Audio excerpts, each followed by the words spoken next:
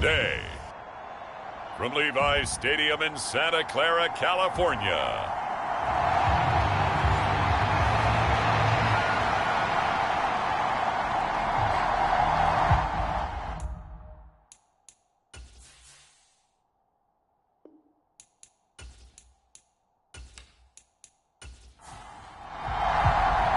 Seems like we were just starting training camp, but here we are in October, and off we go on EA Sports. And no run back here, so they'll bring it out to the 25. So here come the Falcons now to get the football for the first time. And they will be led out by their second-year quarterback. His game last week reminded me of the old song, accentuate the positive. Because that's about all he did, right? Yeah. 3 touchdown passes, over 300 yards in the air. Receivers happy. And they got the win. Got the win. If you're running back that likes to catch passes, they're happy as well. Big-time game. And that is the kind of tackling they want to see all game, as he'll lose yardage to start things out. Call it officially a loss of 2 on the first play from scrimmage.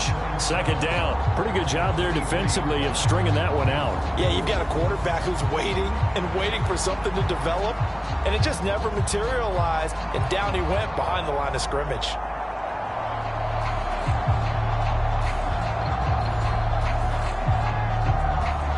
First play of the drive goes the wrong way. Here's 2nd and 12.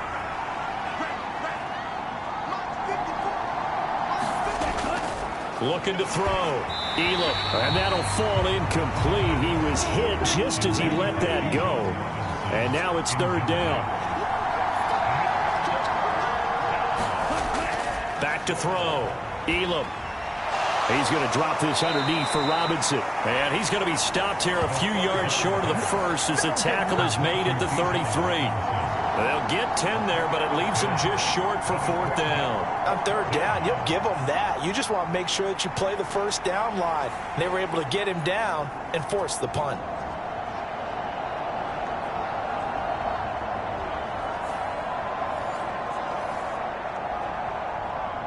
Here's Aaron Sipos out now to punt on 4th down.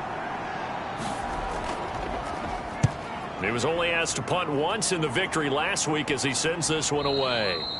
So possession goes over here on the punt. And the Niners will go on offense. 1st and 10. So out comes this offense to take over for the first time. And a glance here at their shifty mobile signal caller. And normally in this spot we talk about passing numbers from last week, but this time it's all about the rushing. 3 times he found the end zone in his last ball game. He is a do-everything quarterback, and you have to expect we'll see him call his own number here as well. A pass there over the middle to start things out. And they're able to get this one across the 35. 15 yards is the pickup there, and the drive starting very nicely. 1st down. And after that completion, you can understand why so many teams in the league are emphasizing speed on defense in every position. The tight ends have created so many tough matchups now. If you can't run with a tight end as a linebacker, this is going to be the result every time. One play has him to the 37 here for 1st and 10.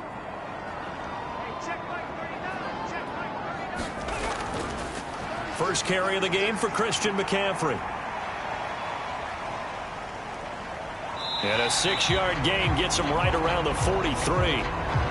The Niners at 3-1 here through their first 4 games. And they're hitting their stride of late. Winners of 3 of their last 4. And let's remember that last week that this offense, they played about as well as they possibly could play. Touchdown after touchdown. They were absolutely unstoppable in that game. They'll be hard-pressed to do it again, repeat that type of performance. But, boy, were they sensational just a week ago. There's a ball thrown right side and complete. And he gets this to the other side of midfield across the 45 before going out. They'll look to throw now on 1st down. Oh, he was hit as he threw it there, and that one winds up incomplete. So 2nd down, still 10 yards to go. Ball on the 43. They'll look to throw here. Man open, that's Deebo Samuel. And that's going to be good for another first down as the tackle's made at the Falcons' 25-yard line. Give him 18 on the play. And he's top 5 in the league in terms of receiving yardage because of plays like that. What have you seen from him on film that you like so much? Well, I'll strip away everything else and get to what we call the moment of truth. When the ball's arriving and there's a defender there, he just comes down with the ball. He competes and takes it away. Great hands, great ability to finish the catch.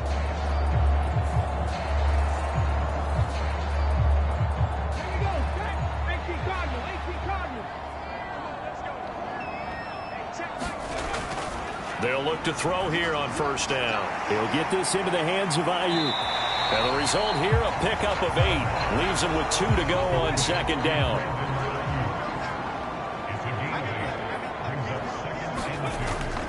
They'll drop to throw. It's Williams on the catch. 9 yards on the play there, and it sets him up first and goal. Well, no question, this is exactly how they wanted to start this football game. And nice pass there. Now they're set up beautifully, Charles, to finish this off with a touchdown. Yeah, but they've still got to finish it off, partner, and that means they've got to execute at this stage of the field. So we've seen many teams march it right to the goal line and not cash in. They got something dialed up here that puts it in the end zone. Second and goal from inside the 5. Mitchell spinning his way into the end zone for a touchdown. So that a great sequence for these guys to begin the ball game. They force the punt on one end, then come right down the field and score on the other. And that's a great example of leaning on each other and building a little momentum that way. How about the defense forcing the punt, turns it over to the offense with confidence, and they take it downfield and score.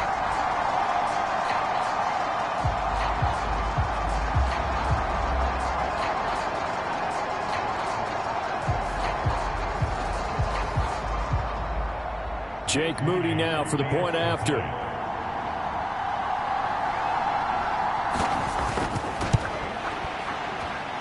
And the 49ers grab a 7-0 lead. A good drive that time as they go 9 plays in all. And it results in a 4-yard touchdown run.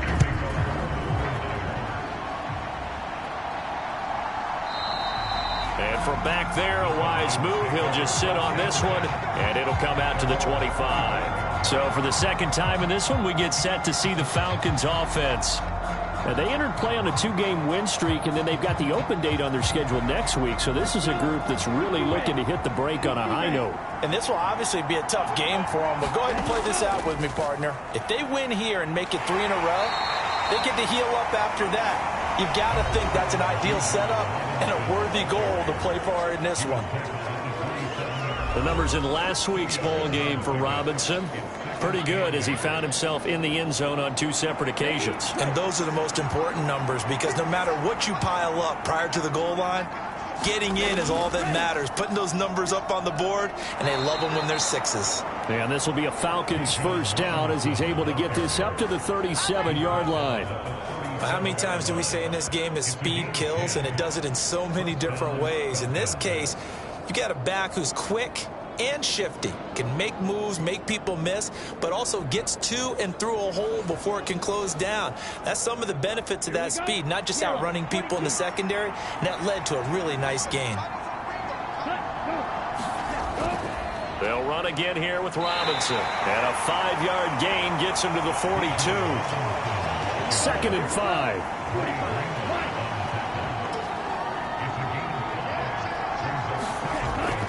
Now they'll switch it up here and look to throw. Oh, he tries to force it in, and it's intercepted. Picked off by Fred Warner. And the return here will go to the 31-yard line. So a first interception thrown for him there, and that really not the best decision either. Not at all, and that's something he did not do in their victory last week. No interceptions in that game, but this defense, they're able to take advantage of an early mistake. Now let's see if they're going to turn it into points. Back out there comes the 49ers offense ready for their second drive. And they'll have good field position here following the interception and a chance to build on their lead as they start with a 1st and 10. On first down, this is McCaffrey. And he is swallowed up right at the line of scrimmage. So after the run for no gain, here's 2nd and 10. On play action, they'll throw. And he's going to be taken down. Pressure gets there back at the 39-yard line. They push him back 8 yards that time on 2nd down. Okay, you know my bias is about to come out here. A lot of people think that the offense is just moving in the wrong direction. I'd say they're moving in the right direction because the defense is pushing them back. Former defensive guy. Now, as a quarterback 3rd and long, you really got to rally the troops here, don't you? Yeah, you do in a big way. And what else do you have to look out for? More pressure coming at you because it seems to be working pretty well. They need 18 yards here on 3rd down. They'll set up a throw. They'll set up the screen to McCaffrey. And he'll be brought down, losing yardage back at the 40. They'll wind up losing a yard on the play, and it'll be 4th down. Well, Brandon, we could see that play developing, and they were hoping that he was going to be able to put a move on the first guy and turn it into a big play. But no such luck. The speed on defense continues to get better and better in the NFL. Pretty nice example there of those guys being able to run from their assignments and finish off that play. And this is good from 57 yards out. That was bombs away right there. And that will extend their lead even further. So, Charles, they get to them with their first turnover of the game and then make it hurt a little bit extra with a field goal. And anytime you give the ball up, what's the first thing a coach tells his defense? Don't let them score off of this. You've got to put out the fire. In fact, in 2021, that's what one NFL coach termed his defense. The firemen. Go out there, guys, and don't let them put some points on the board. Here comes the Falcon offense now as they get set to take over here. Well, partner, fast forward with me for a second. Remember, next week they have the open week, so they're going to get some extended rest. Does that change how they manage the rest of this one? I think it does a little bit, but not by too much, because you're right. You get the extra rest, you get a chance to heal up and kind of, do a little bit of a reset for this team. But it's also 7 extra days to think back to the last time you were on the field. So now, a little more importance on what they're getting done because they carry it with them for essentially 2 weeks. And just 3 yards on the catch there. He couldn't get away. And that's going to bring up 3rd and 2. Robinson will try to pick it up. And he's going to have the first down at about the 38. A gain of 4 that time as the drive continues. That's about what you would expect since they're so efficient on picking up 3rd downs in the top 5 in the NFL. It's all a mindset, and I guarantee you it started in the offseason. 3rd down's important to them. They find a way to pick them up at a very good clip.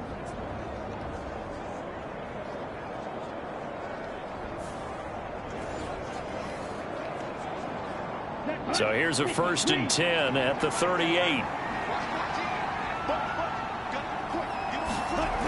Looking to throw. Elam.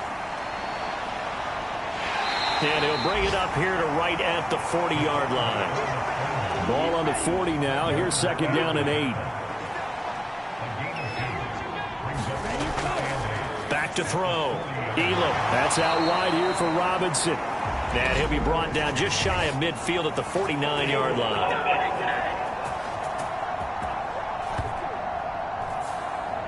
Now they face a 2nd and long following the holding penalty.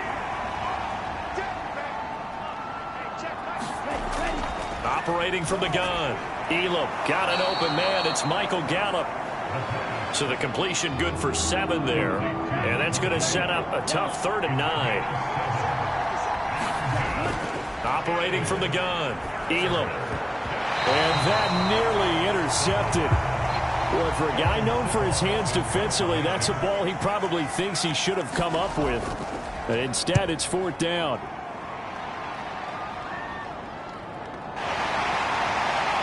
And he's able to get this one up to his 30 before he's out of bounds.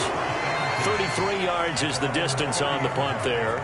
The Niners set to take over on offense.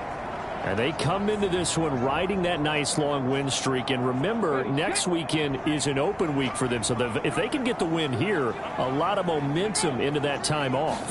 It certainly is. And if you're wondering if anybody's saying, boy, this is coming at a bad time, we want to keep playing, the answer can be yes. Because when teams are on a hot streak, They want to keep going, but what the veterans are telling the young guys in the locker room, an open week is always good, guys. Take it, and let's go with it. And he'll get this up to about the 38-yard line.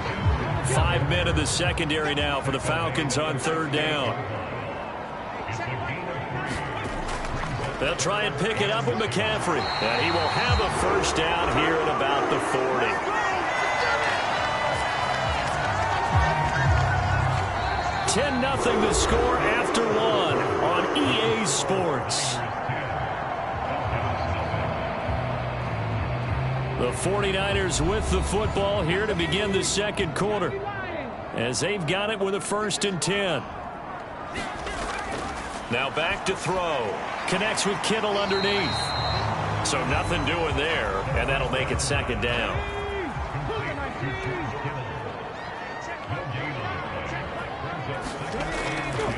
Out of the pistol, McCaffrey.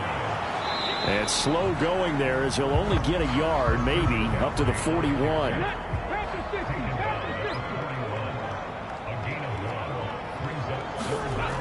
On third down, he'll drop to throw. Buying time to his left. And they'll get him down as he's inside the 40. The coverage may be too good that time as he breaks away for 19 with his legs and a 1st down. That's the first time he's called his own number, but he's got to be overjoyed with the results. He wasn't just going to settle for a modest gain. To me, he was determined to come through with a big message to a defense that slept on him in the pocket.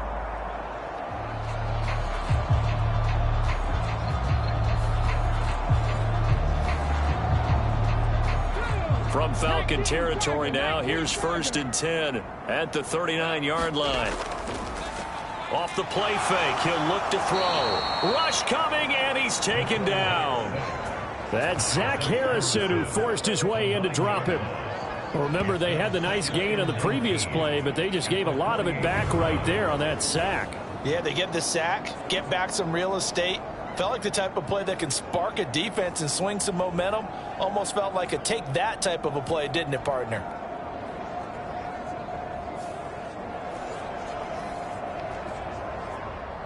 And they need to work to at least get some of this yardage back after the sack. 2nd and 19. Now a throw here, hauled in. So 5 yards here, 5 on the play. And that'll force upon him a 3rd and 14.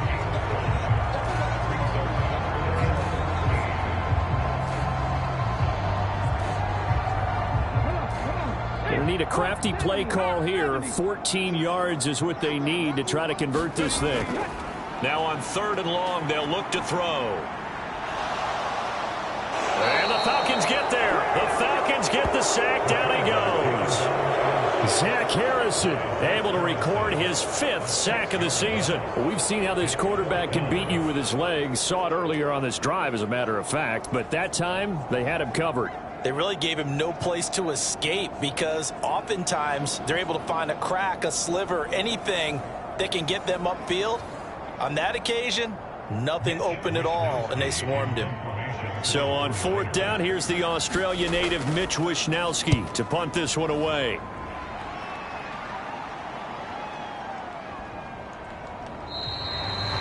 And that hits at the 6 and carries into the end zone for a touchback. Here comes the Atlanta offense now ready to take over here. And they have the game here followed by the open date on their calendar next weekend. And, Charles, this is a crew that you have to think really is relishing the opportunity to be on the couch for a few days. Yeah, they certainly are, but let's face it, partner. They can't get caught looking ahead to that couch time while they're playing this one. They've got to take care of business first. Again from the 20 after the incompletion. Here's 2nd and 10. Throwing again. Elam. And he stopped right at the 25 after a gain of 5. And this offense on 3rd down today, just 1 for 3 thus far. This will be 3rd and 5. And a dangerous throw there as that's knocked down and incomplete. Aaron Siposs on to punt as he'll get this one away now.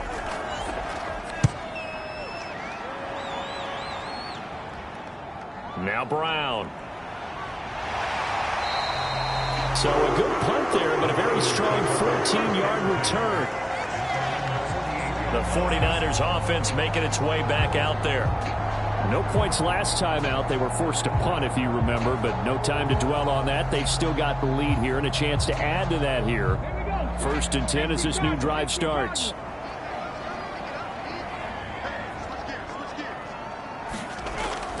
They start on the ground with McCaffrey. And he's over midfield and into Falcon territory.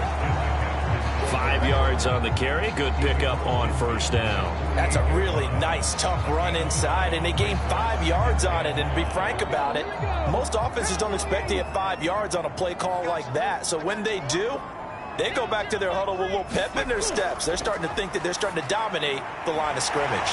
And Debo going to have a Niners 1st down as he'll get this down to the 40.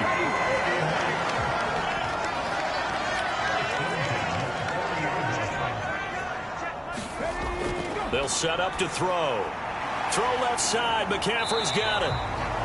They hold him to only 2 there on the screen. It's 2nd down.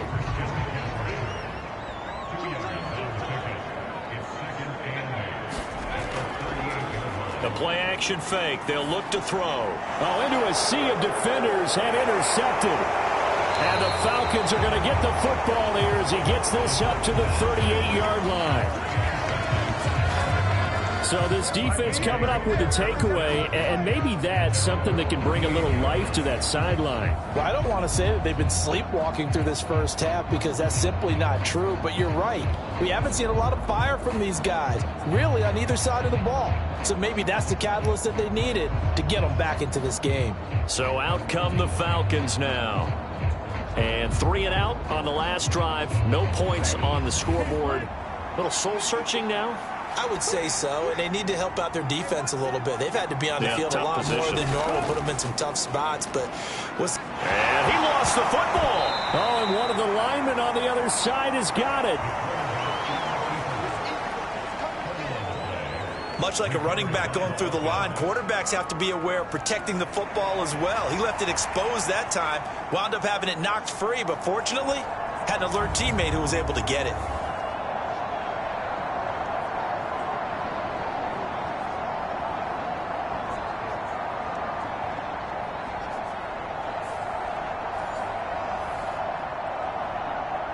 The fumble on 1st down. Now here's 2nd down.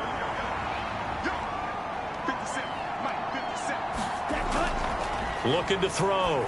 Elam. He's got his man. It's Gallup. And he'll be brought down on the other side of midfield at the 43. Now they'll try and set up the quarterback draw here. And he got blown up.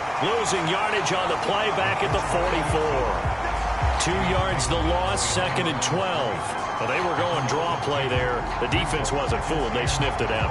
I think they're going to have to go back and take a few more acting classes because that's what a lot of that is. You've got to influence them to think that it's going to be a pass play and have them drop out and maybe the defensive front coming forward and find yourself some space. In this case, no one was fooled and ended up spilling that play pretty well. Looking to throw on 2nd down. Elam. Over the middle, complete. That's Robinson. And he gets it inside the 35 and just shy of the 30.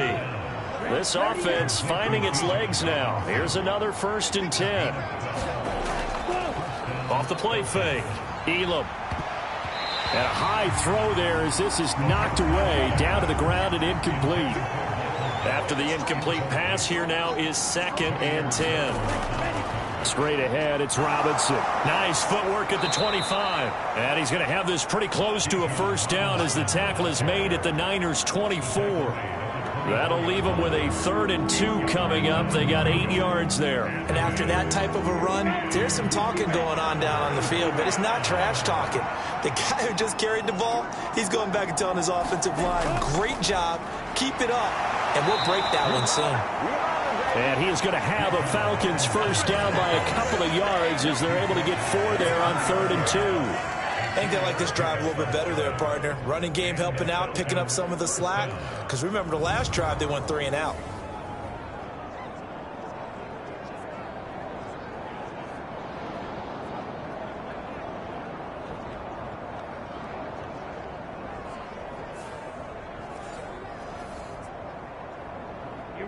A first chance in the red zone for the Falcons now.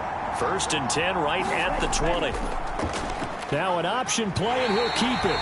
And he'll wind up losing yardage here back at the 21-yard line. He'll lose a yard there, and it's 2nd and 11. And on this play, the read for the quarterback was the defensive end, and he was totally focused on the quarterback. He should have given it off inside to the running back. Instead, he kept it and ended up taking a loss on the play.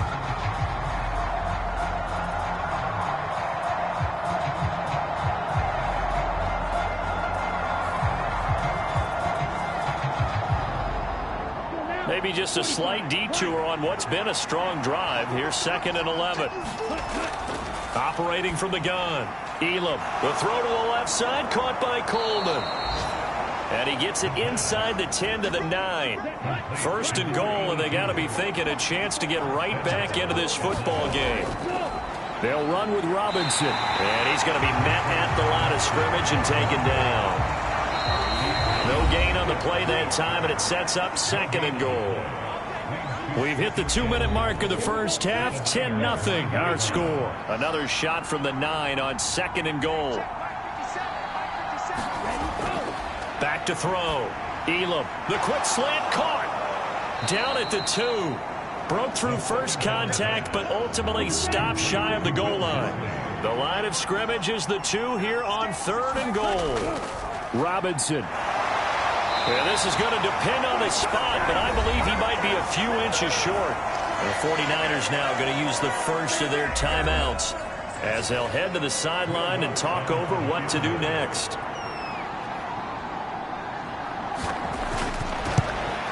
The kick by Lutz is good, and they get themselves on the board here. It's 10-3.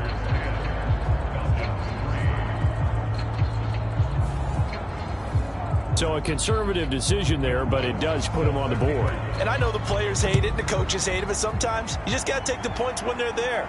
Sometimes a field goal is pretty darn good. And Williams going to sit on this one. It'll be a touchback. And the 49ers getting set to trot out there.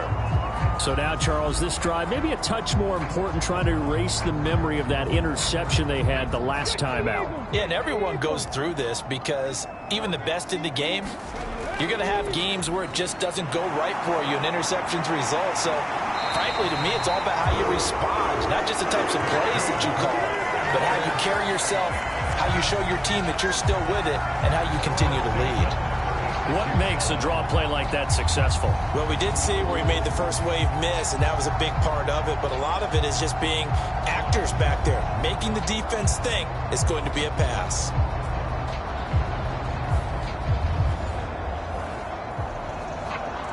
So from the 36 now, 1st and 10. Back to throw. He's got this complete to Ayuk on the out route. And he goes out right around the 39.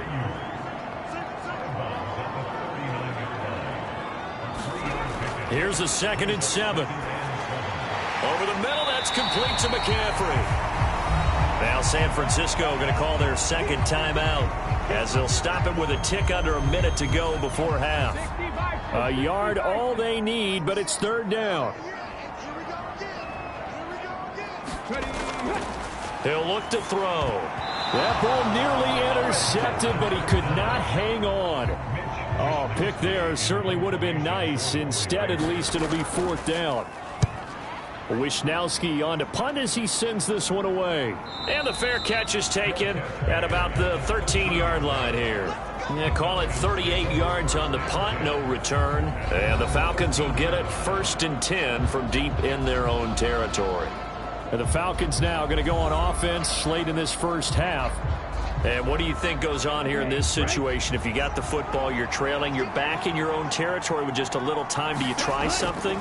You're thinking about jump-starting your team, right? You just mentioned it. They're down. They're trying to get back into the game. But you got to figure, if something goes wrong, you may have put yourself in a spot where you may not be able to come back in the second half. Managing risk, this is a big decision here. To throw on 2nd down. Elam shoves him away. The Falcons going to use the 2nd of their timeouts as they'll stop it with 40 seconds remaining in this first half. On 1st and 10, Elam. Caught out left side by Robinson. Calling a gain of 3 on the play, and it'll be 2nd down.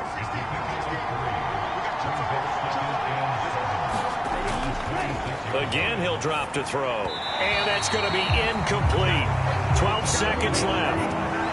They head to the line facing a 3rd and 7 following the incompletion on 2nd down. This time they stay on the ground. And he's going to be brought down short of the first at about the 31-yard line. And they're going to take a timeout defensively. So with 4th down coming up, they go ahead and burn it and say we'll see what happens. So they're forced to punt on 4th as this one's away. That'll be a 44-yard boot, just a yard on the return as he's covered up quickly. And there'll be time for maybe one final play before halftime. The final second ticks by, and that's going to do it for the first half of play. So we've hit halftime here in Santa Clara with the 49ers out in front. As we'll send you eastward to Orlando. Standing by with that EA Sports halftime report now is Jonathan Coachman. Take it away, Coach. All right, Brandon, we'll get back to you guys in a bit. But first, let's take a look around the NFL here on this first Sunday of October. We'll start by heading out west. State Farm Stadium in Glendale. And it's the Giants who have the lead as they approach halftime. It's Anthony Richardson, the Florida man, with 3 touchdown passes. Next, we head off to check out another game. And they were losers in that ball game to the visiting Cleveland Browns. Deshaun Watson, sharp in the victory, as his guys bounce back from a tough start to the year to claim victory number 1. Lastly, we head to Southern California to check on the Rams at home at SoFi Stadium. And they have the lead in that one over the visiting Raiders. Cooper Kupp, a touchdown reception.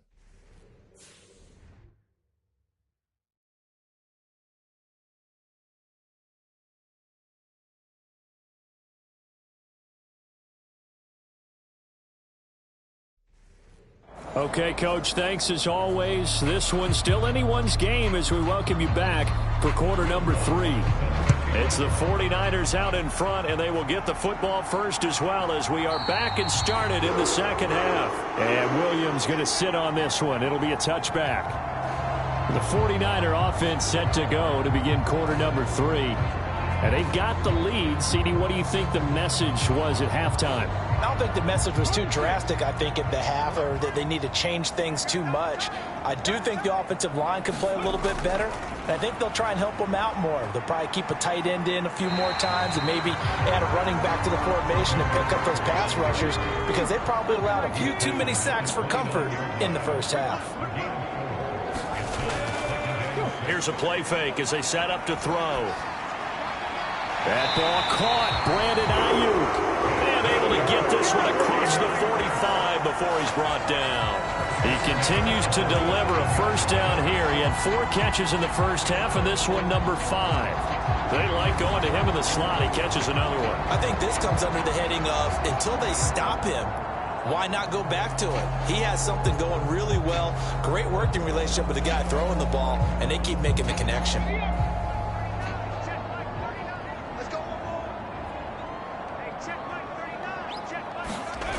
On first down, he'll drop to throw. Gets this to his running back. It's Christian McCaffrey. And he takes this one down almost all the way to the 30. A good pickup there, 21 yards. Boy, a lot of moving parts on this play, but what a nice design to leak the running back out to the left and send him down the field. And a good job spotting him and hitting him for a big play.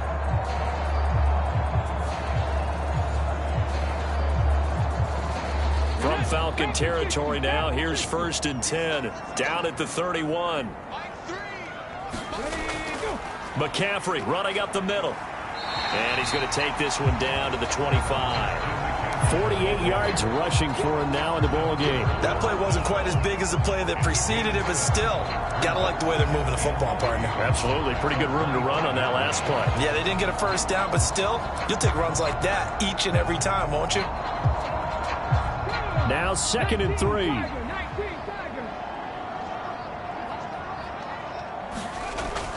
They're going to look to throw.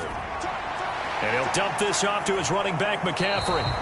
They'll get nothing out of that one, and it's going to lead to a 3rd down.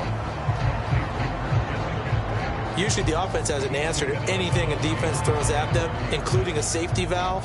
And that's what they did on that play. They went there, but the defense still made an excellent play and held them to no gain.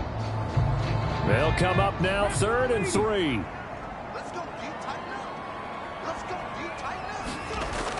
Now they'll throw here out of the gun. Work in the middle of the field, and he's got a man complete.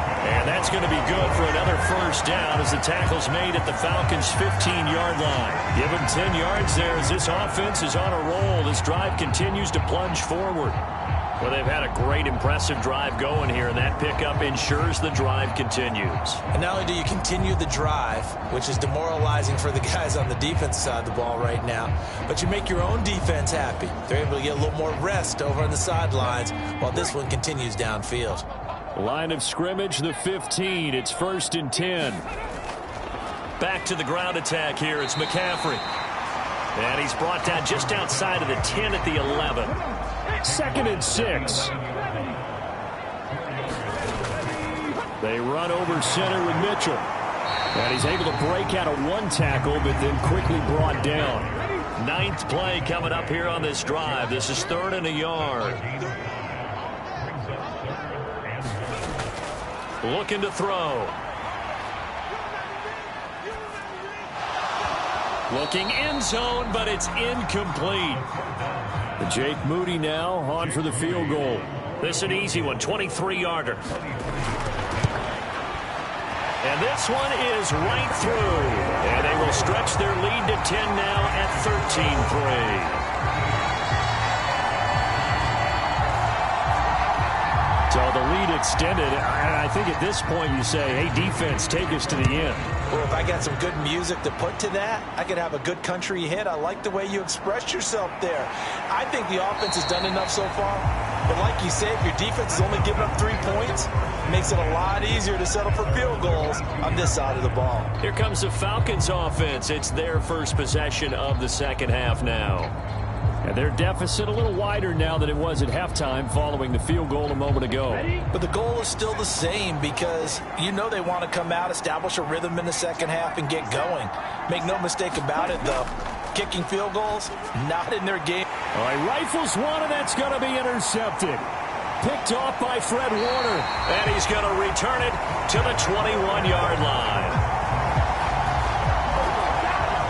This defense, Charles, coming up with another interception. They have really done an excellent job of rocking up these receivers. Yeah, they're really on fire. They are actually doing what they talk about all the time, which is plastering to receivers when they're in their zones. They didn't give up a touchdown in the 1st half. Haven't done so here in this half either. Blanketed the field going all the way back to the opening drive, and they come up with a pick right there. Up the gut, McCaffrey. And he's swallowed up right near the line of scrimmage. Call it no gain on the play, and it'll be 2nd down. Ladies and gentlemen, that is a force of nature at the defensive tackle position. Yes, he's as big as they come, but still plenty agile. He's able to make a nice play there to swallow up the ball carrier.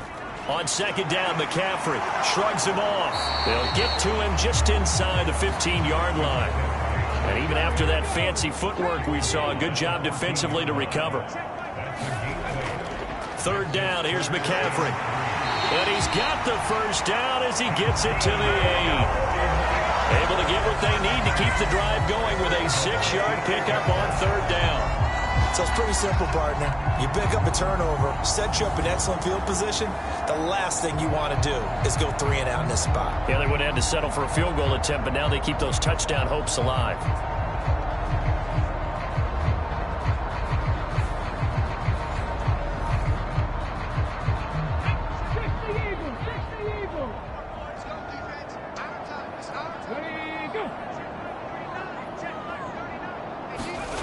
He'll look to throw. That is caught by the tight end, Kittle. Touchdown, 49ers. A great play there. His 4th touchdown on the year. And the 49ers take advantage of the field position on the turnover to cash in for 6. What a great weapon. So often, such a big mismatch. And there's no route he can't run. You name it, he's going to do it, and he's a matchup nightmare for the defense. No matter who they put on him, he's going to win the battle.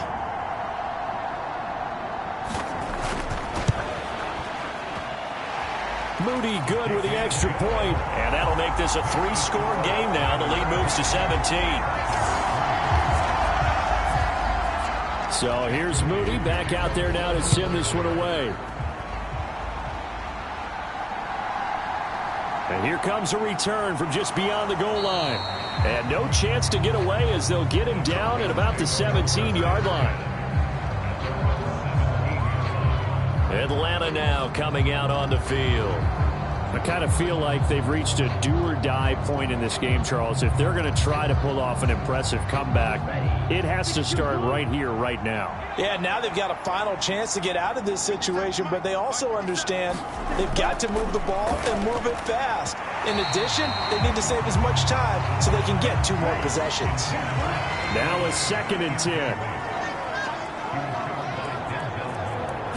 Now this going to be a quarterback draw. And they'll blow that one up back at the 16-yard line. It'll go as a loss of a yard, so now they deal with 3rd and 11. I see a shake of the head as he gets up, and you've got to imagine he's thinking, guys, you got to help me out. He's hoping his team can read his thoughts because he definitely needs some assistance.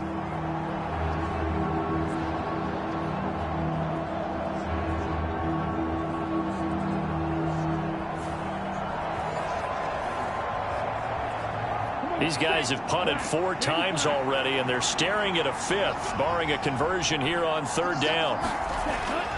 Looking to throw. Elam. Robinson's got it. And that's not nearly going to be enough. Stopped at the 22, and he needed plenty more.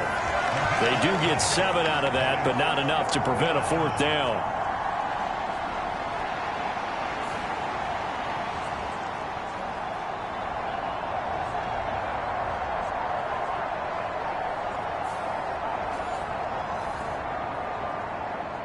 The Falcons send out their punter as he's on for the 5th time here today.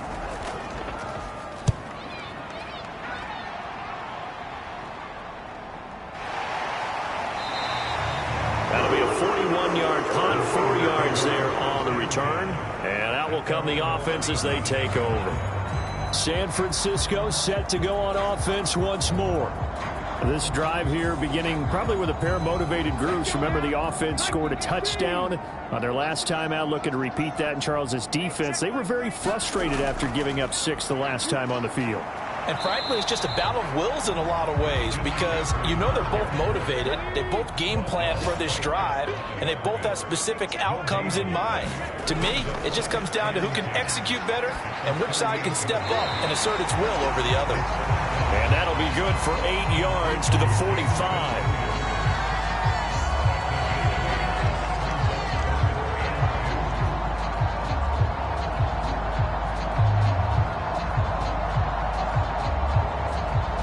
They need 2. Here's 3rd down. They'll look to throw.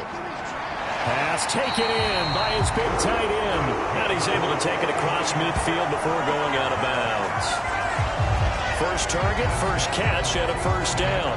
Many different ways to create space, but on that play, he did it with that big, wide body of his. Didn't get a whole lot of yardage on the play, but it did what it was supposed to. Pick up a 1st down.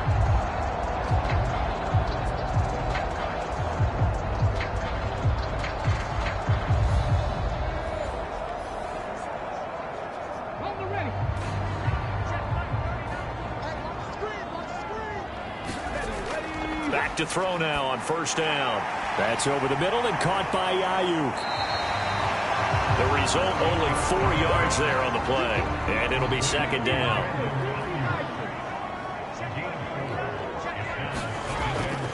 He'll drop to throw. And that one into the hands of Ayuk downfield. And that's going to be good for another 1st down as the tackle's made at the Falcons' 19. That one goes for 24 yards. And as a quarterback, you always want to exploit gaps in a defense, and he finds one here. Crossing route, working from right to left across the field. And once you get defenders going in the wrong direction, it is awfully hard for them to pivot back, and you end up getting the first down. So here's a 1st and 10 now, down inside the 20. They'll look to throw again. And he's wrapped up, taken down, back at the 25. Credit that sack to Siaki Ika. This is a little hard for me to compute because I'm watching sack after sack happen, but somehow they're still behind in the game. I would expect all of this defensive pressure to translate to them taking a lead, and thus far, it hasn't happened. Time's winding down. They don't want to waste this type of performance from these ace pass rushers. Got to assume this defense will be charging again here. It's 2nd and 15. They'll give it up to McCaffrey. They'll get him to the ground at the 20 following a pickup of 4.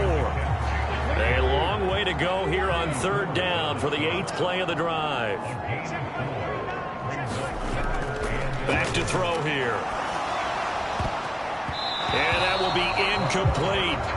As a corner, you have to be able to run with guys step for step downfield of man coverage and make up ground quickly in zone.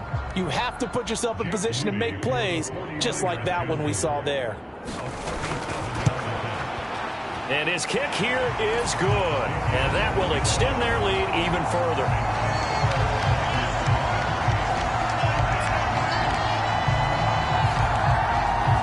So 3 more points tacked on, and this margin getting more comfortable by the minute. And with the lead where it is, you can actually feel good about field goals. We talk all the time about scoring 6s, not 3s.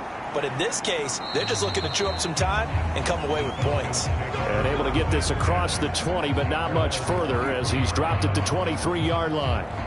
Here comes the Atlanta offense now ready to take over here. See if they can put this drive in the end zone, Charles, because it's been a little bit of a rough go at times. They've had to punt the football a ton in this ball game because of stalled out drives. So are you saying that you're kind of tired of seeing the punter run out there and do his thing during this game? Is that what you're trying to say? Well, I mean, I'm okay with it. I have a feeling that this offense, they don't want to see the punter again. And frankly, the punter doesn't want to run out there anymore himself. He would love to see his offense put together a drive and give his leg a rest. And this will be a Falcons first down as he'll take this up to the 38-yard line.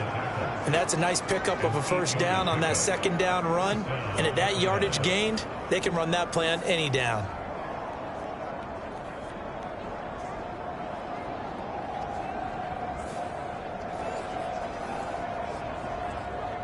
So here's a 1st and 10 at the 38. Back to throw. Elam. It's complete to Robinson. Short completion, just 4 yards, and that'll bring up 2nd down. Oh, it's time to give a little credit there to the defense. They played that very well because it was a drag route, and he ran a little shallower than normal as he worked straight across the field. He was hoping he'd get lost behind the defensive line. But once he made the catch, nowhere to turn upfield and gain any yardage. We have played 3 quarters. You're watching the NFL on EA Sports. Back now here in Santa Clara. 2nd down at 6 now from the 42. It's the Falcons. They'll have the football, but trailing on the scoreboard as we get set to begin the 4th. 7 yards there and a first down.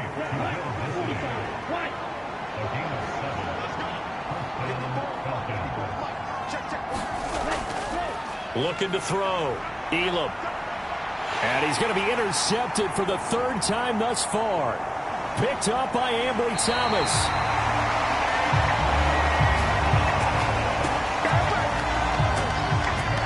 Boy, so another interception, CD, and it feels like he's starting to unravel a little bit. And as you would expect, still a work in progress here in his 2nd season. He has to start ironing out some of these mistakes, though, because now his head coach, his offensive coaches, they have to evaluate whether you keep playing him and let him work through it, or you start thinking about going to his backup. McCaffrey on the counter. And he is going to be stopped cold behind the line of scrimmage.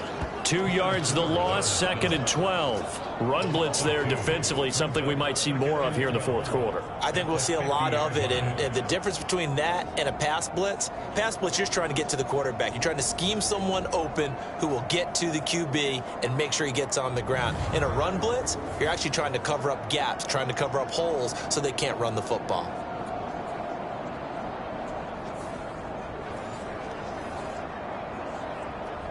So the opening play of the drive goes backwards. Now they'll come up on 2nd and 12. Again, they run. Again, it's McCaffrey. 74 yards rushing for him now to this point. The Niners on 3rd down. They've hit on half of them, 5 for 10. This will be 3rd and 6. This is McCaffrey on the give. And oh, he's just going to be short here, barely. Maybe by a half a foot. It'll be 4th and inches. This late in the game, Charles, I think you maybe seriously have to think about going for it. Especially where they are in terms of field position, because this is almost like no man's land. Might hurt your punter because there might not be enough space, maybe too far for your field goal kicker. I'm like the old rule. Possession is 9/10 of the law. Possession is 9/10 of winning the game. Go for it. Get the first down. Close it out. Kyle Shanahan's made the decision. They're going on 4th down. Here we go with McCaffrey. And he will have a first down as they get him to the ground at the 37.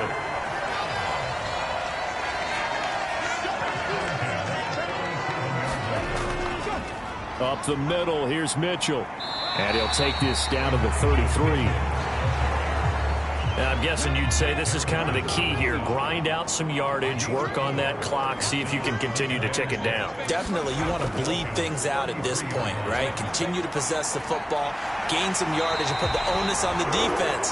Do they have to use timeouts? What are they going to do to stop you? You're taking charge. And McCaffrey going to pick up a Niners first down as he'll be brought down at the 27. And inside the 20 before he's brought down.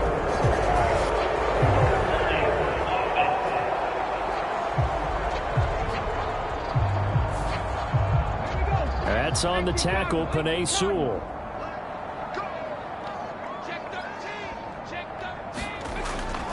McCaffrey following the penalty. And this will be a gain of 5 as he gets it to the 30.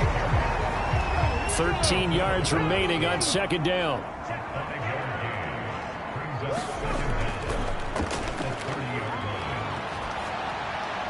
He throws it on the move but can't connect as that falls incomplete. 9th play of the drive coming up, and certainly not an easy one on 3rd and long. Throw over the middle, he finds Williams. And that's going to be good for another first down as the tackle's made at the Falcons' 13-yard line. A big play there as they get the conversion on 3rd and 13. Well, normally you might say start running the football. You've got the lead here in the 4th quarter, but the way that they've passed it with such success, I don't know, maybe keep throwing it. Yeah, I think you brought up something that goes against conventional wisdom, right? In this stage of the game, you would think you would switch to a running attack, but you're exactly right. They've thrown it so well throughout the game, and trusting this quarterback, I think you continue to do so. And the Niners are going to have it 1st and goal as he'll take this down to about the 3. Starting to become a tough spot for this defense. You're down 4th quarter, looking a little fatigued maybe on that side of the ball. Partner, we've seen this before, haven't we? Because every coach we've ever talked to says body language is important. And now you're seeing guys with their hands on their hips, they're bent over, hands on their knees. And the offensive guys are just saying, let's just keep running it out, and we've got them now.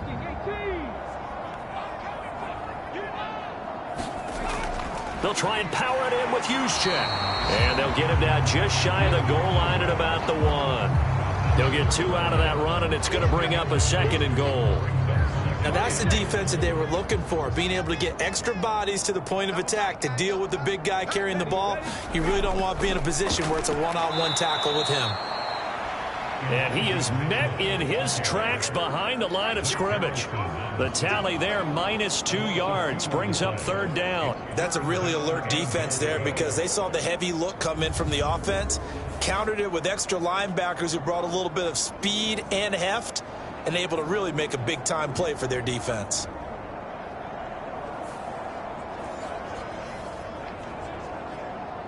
Well, they've been so good on third down all day long. Can they convert another here on 3rd and goal? Mitchell again. Pushing for the end zone, but he's not going to get there. They stop him just shy of the goal line. He needed 3. He got 2. Now that'll set up an interesting situation here on 4th and a yard. This is a long drive offensively. Wouldn't you hate to end this with just 3 points? Doesn't it feel like during a ball game you have certain narratives going on and there's certain drives that seem to take on just a bit more importance than others? This feels like one of those, doesn't it? To me, 3 points here, a major letdown. This is the time to go and put 6 on the board. They'll run with a fullback, Juszczyk. And he will fight his way into the end zone for a touchdown. Kyle Juszczyk, his first touchdown on the year. And the Niners are closing in on a 4-1 start as they extend their 4th quarter lead. And I guess that's where you turn on 4th and goal to your muscle back there. Hand him the football. He does the dirty work. I think you're asking a lot of your defense there, right? Having to make the stand, have to prepare for just about any type of play to be called, and then here comes the power right at you. On that play, the big man got into the end zone.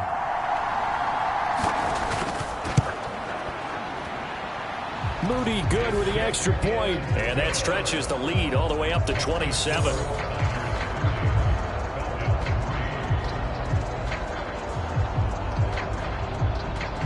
So following the touchdown, here's Moody back out to send it away. And from back there, a wise move. He'll just sit on this one, and it'll come out to the 25. Atlanta regains possession of the football.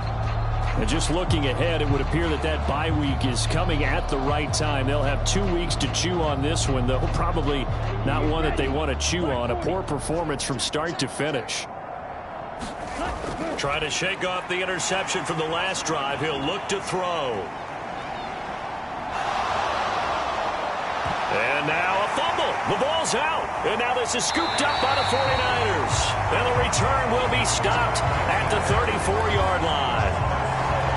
And with that kind of a deficit, you can't afford to make any kind of mistakes. But it's been pretty symptomatic of what we've seen all game with them, isn't it?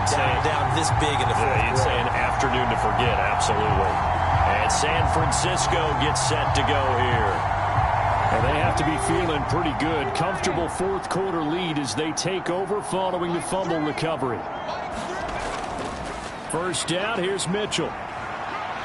And he's going to get 7 out of this before being taken down at the 27. Here's 2nd and 3.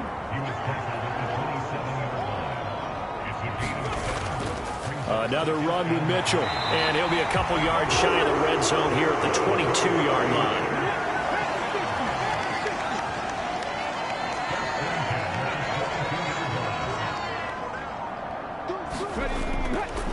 On the counter, Mitchell. And he'll maneuver his way forward for about 4. 2nd and 6.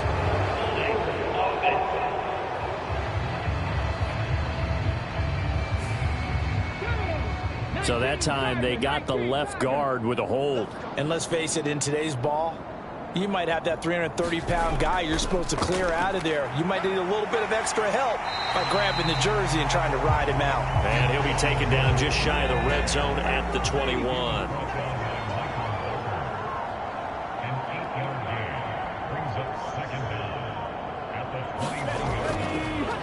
Second down, here's Davis Price. And a couple of yards as they move it from the 21 to the 19.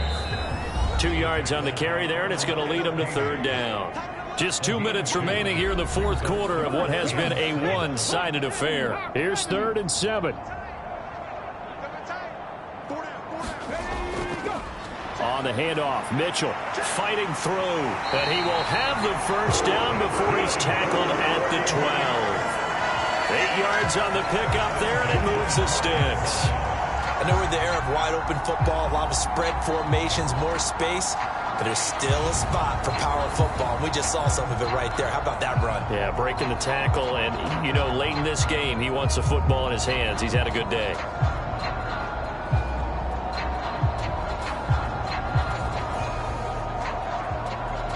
All runs on this drive so far. It's 1st and 10.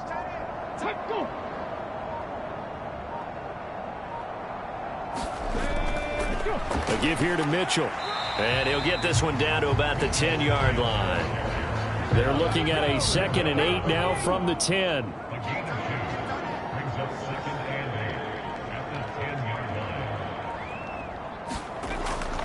They run over center with Mitchell. And from the 9, they get this to the 5-yard line. This will be the 8th play of the drive here. 3rd and 4.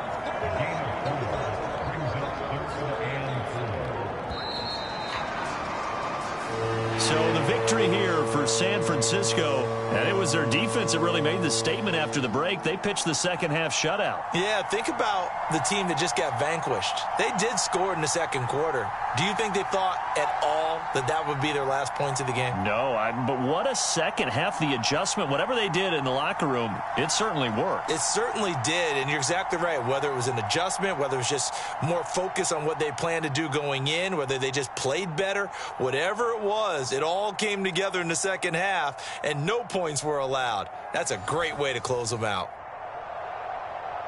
So for San Francisco, they boost their record up to a strong 4-1. And they'll be able to enjoy this one through the bye week before they get back at it again.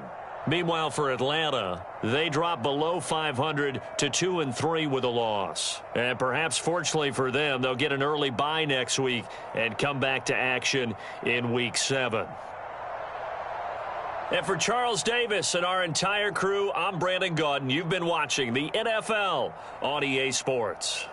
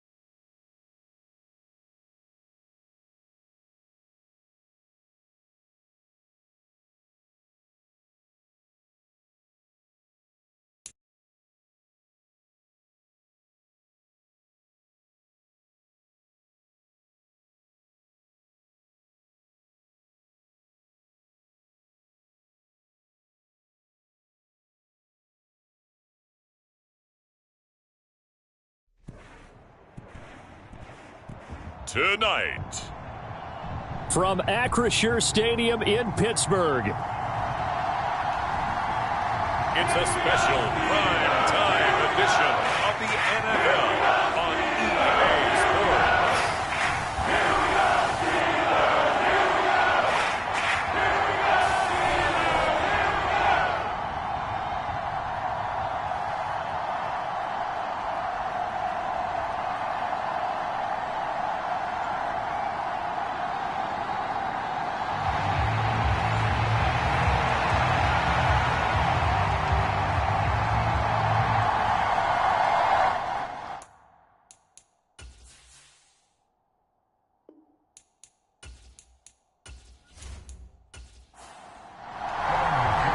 Seems like we were just starting training camp, but here we are in October, and off we go on EA Sports.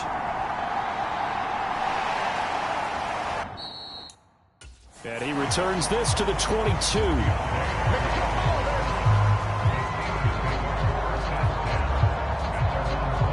So the Steelers offense getting set for their first drive.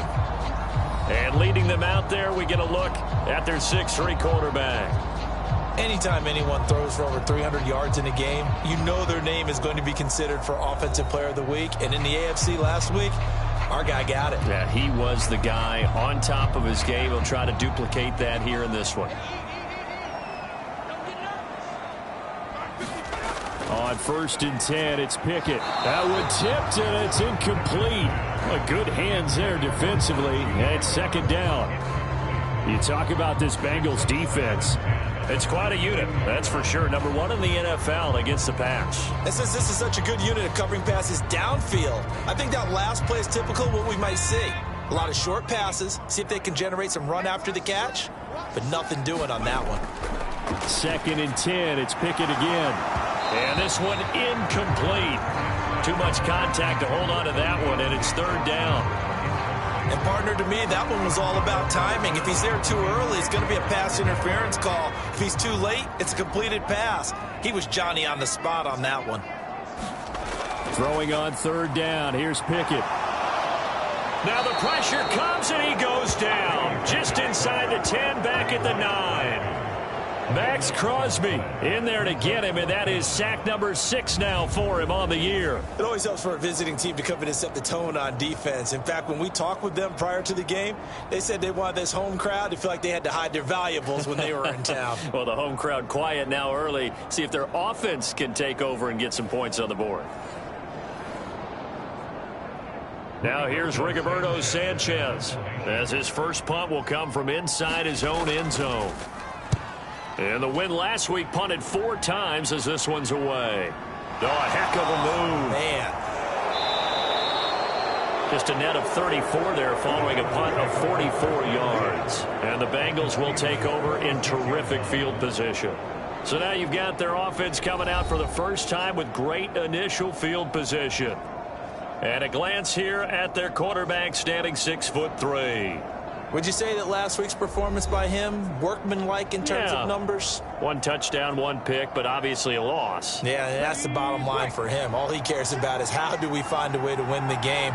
Maybe leans on a few other parts of the offense, and hopefully springs a receiver or 2 free. Now a throw over the middle, and he's got it to start the drive. That's good. The completion there for 7 yards, and it's 2nd down. They'll look to throw here. Man open, that's Jamar Chase, complete. And brought down, but not before they're inside the 25. That one good for 15, and the Bengals get a first down.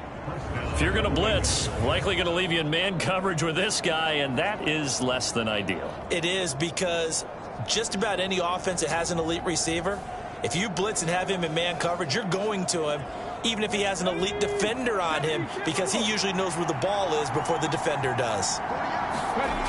They'll look to throw here on first down. It's caught here by Adams. And he's going to get a solid gain of 9 before being brought down. 2nd and right at a yard. They'll stick with the passing game as he looks to throw. That play gets him 6 yards and sets them up with a 1st and goal. Charles, Thursday night game, I think a lot of teams probably say shrink the playbook somewhat. Is that correct? I think you're right about that, because you just don't have the amount of time that you have in a normal week to put in a full playbook. So as you said, you shrink the playbook, pick out the plays that work best for you. You know what else you're looking for? What's that? Who are the freshest guys coming off the last game to play on a Thursday night? Guys have a little extra pep in their step. You go to them early and often. And he will maneuver his way down to about the 7. That's a nice job there defensively, being able to diagnose that little touch pass. They saw it coming, converged on him before he could get much out of it. They'll look to throw on 3rd and goal. And he'll take this into the end zone for a Bengal TD. It's their quarterback. His 11th touchdown of the year. And the Bengals put the night's first points on the board as they take the early lead. Well, you've got to like that start on both sides of the football. You force the 3 and out, and then you score on your first drive. Well, I know someone who doesn't like that start. Well, yeah, the other side. Yeah, they don't like that at all, right? This is not the way it's supposed to be.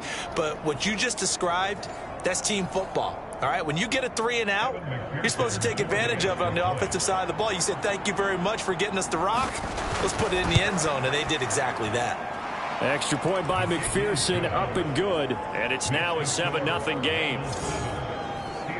So that drives 7 plays in length. And in the end, it's capped off by a 7-yard run. After the touchdown, McPherson on to kick this one away.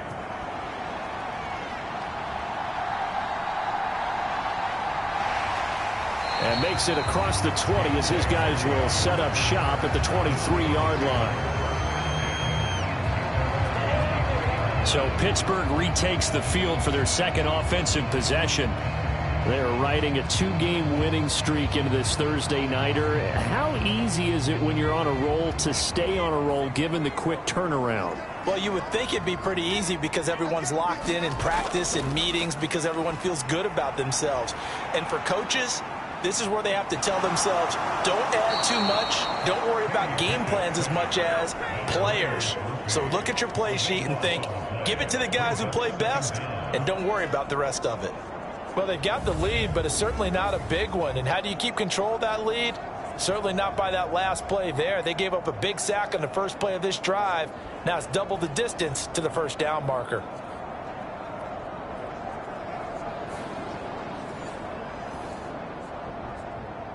Now then, after the sack, it'll be interesting to see what they have planned for 2nd and 23. Looking to throw, Pickett. Going up top. And a penalty flag comes in as that one winds up incomplete, but the contact is going to move the ball well downfield. After the penalty, a fresh set of downs. It's 1st and 10. Harris running straight ahead, and he'll power ahead, but only for about 3 yards. 2nd down coming up. A look at the numbers for Harris in last week's game. 19 carries, 102 yards. Well, obviously he didn't have a great deal of time between games, having to turn around on a short week and get ready for Thursday night football. But he said in pregame he was feeling pretty good and felt more recovered from last week's contest than he would have expected. Didn't seem to think this short week was going to affect him much as he chases a big performance here in prime time. Pickett back to throw. And this pass broken up. Excellent coverage there on 3rd down, as that was not an easy one to hold on to.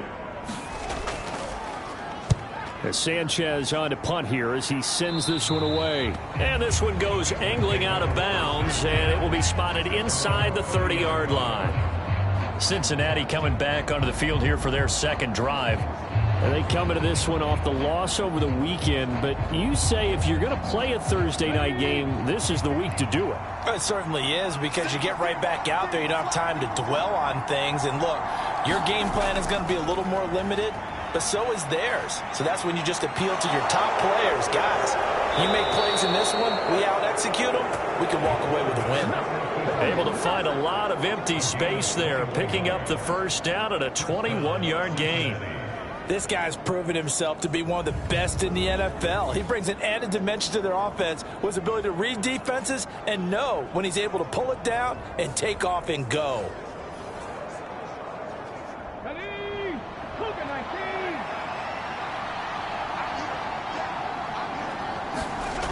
Now on 1st down, he'll drop to throw it. That one taken in by T. Higgins.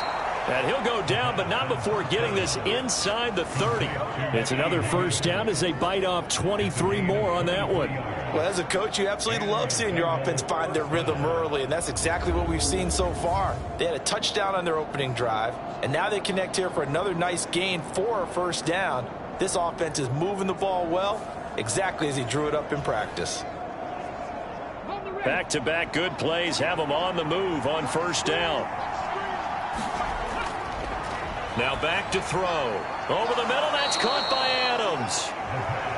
It'll be a gain of 5, and at second down. The Bengals at 3-1 here through their first 4 games. And they come in off a disappointment last time out. That put an end to their modest 3-game win streak. And last week, not only on the scoreboard, but I saw it on tape as well. Definitely not one of their finer performances because they were outclassed pretty much right from the start. So I think there'll be a renewed emphasis on trying to be a little better out of the gate in this one so they don't fall into a big hole. And he's dropped just before the line to gain. 4-yard pickup leaves him with 3rd and 1.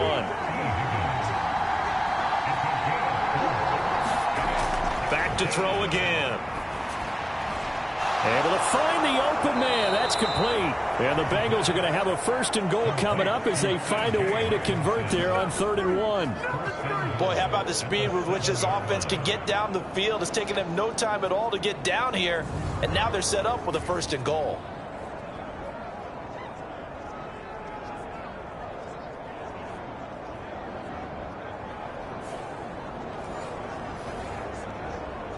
Ready, set.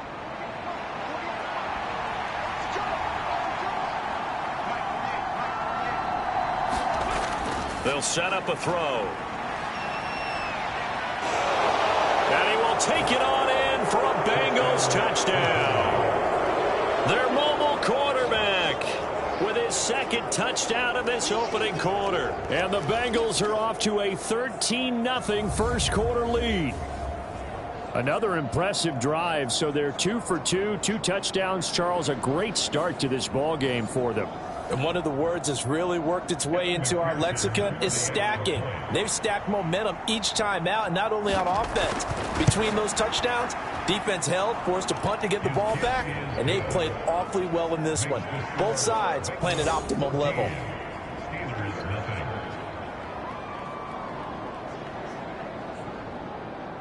After the touchdown, McPherson on to kick this one away.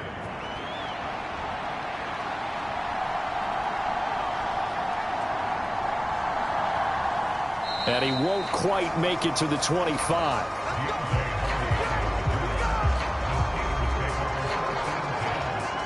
And Pittsburgh getting set to take the field. They've shown precious little here offensively thus far as they try again with a 1st down now.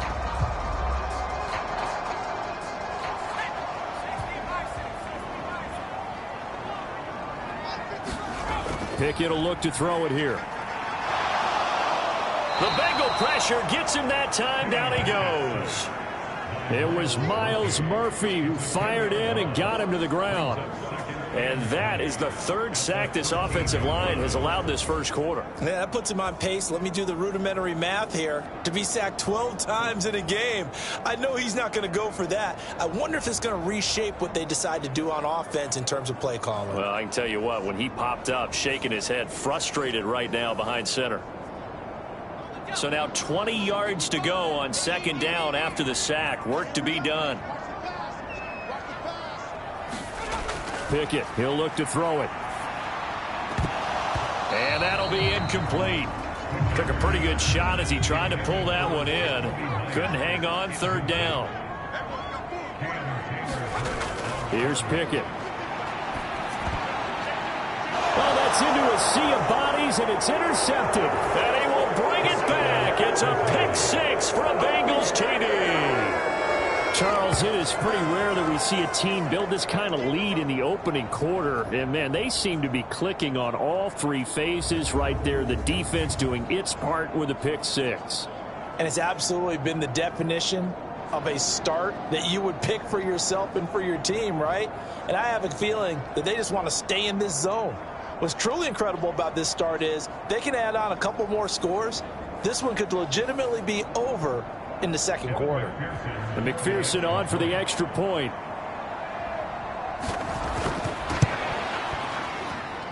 It's good, and before you know it, it's 21-0.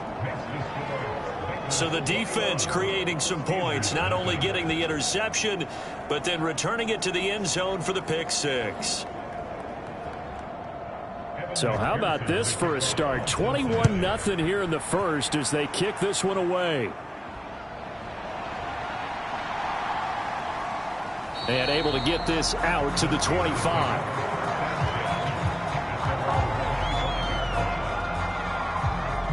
Pittsburgh offense making their way back out. Well, CD, you kind of feel like they're in a bit of a danger zone right here because now you're down 3 scores, and I know we're in the first half, but the way this offense hasn't been able to generate anything, you feel like they probably need to get something going on this drive, right? Yeah, and sometimes I overuse that this is an important possession. But I think this has to be the possession where they come up with an answer because only a few teams in league history have ever come back from a 4-score deficit. And if they don't score here, that's what they could be facing the next time they get the ball. Pickett in trouble, and down he goes. Trey Hendrickson. He's the one that got home and takes him down for a loss of 9. He continues, Charles, to be under constant pressure, and these sacks, they're starting to pile up. And if they want to have a realistic chance in this one, they've got to change their blocking assignments. They've got to do a better job to keep him upright. If he's going to be on the deck constantly, they've got no chance to win this game. Pickett and the Steelers in need of a big play here. 3rd and long after the sack. They'll set up to throw. That's incomplete, but there is a flag down, so hang on. A big call coming on 3rd down.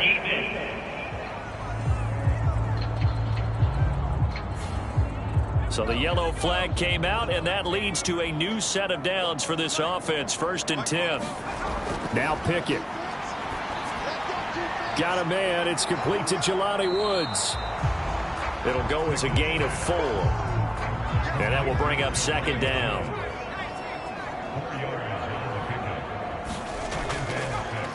On the give, this is Harris. And they will only muster a yard here to the 38.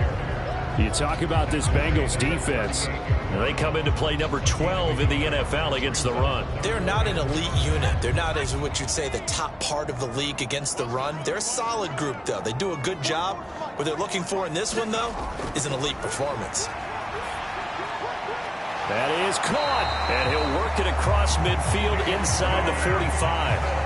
18 yards the gain for number 18. Well, these guys certainly need something good to go their way because this first quarter has been something of a disaster for them trying to move the ball. But that completion there maybe can get them focused and moving in the right direction.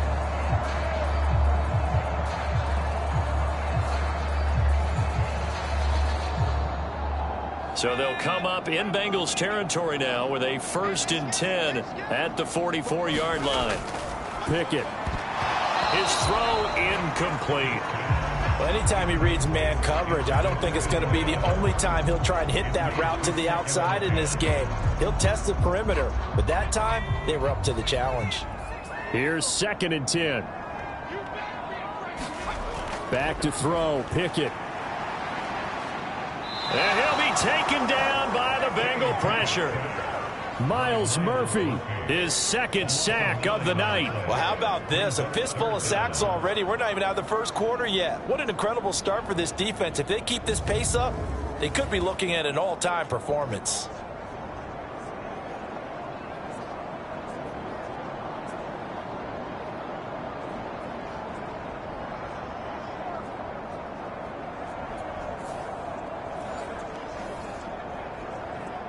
Pickett and the Steelers in need of a big play here. 3rd and long after the sack. They'll drop to throw. He gets it complete to Harris. And he'll get it out to midfield. Looks like, yeah, they'll spot it right at midfield at the 50. That's going to bring up 4th down. Only a gain of 2 there. To punt on 4th down, here's Rigoberto Sanchez. And he's getting a workout here in this first quarter as he gets it away. Oh, and what a play on special teams here. This is going to be down inside the 5, all the way down at the 2-yard line. 21-0 our score after 1. The Bengals drive about to get going. It has been about as perfect of a start to this game as these guys could have asked for, Charles. They've scored on their first 2 drives. They still haven't given anything up on the other side of the ball, so they can already make this a 3-score game here if they can come away with points on this drive. Yeah, they're almost pushing them to the brink, aren't they, partner? Almost to the point now where it's a loss of words for me, which I know would excite all of our viewers, but You're just not supposed to see that type of dominance so quickly in a game like this. Everything they've done has been working so far. Offense, defense, you name it, it's going well for them.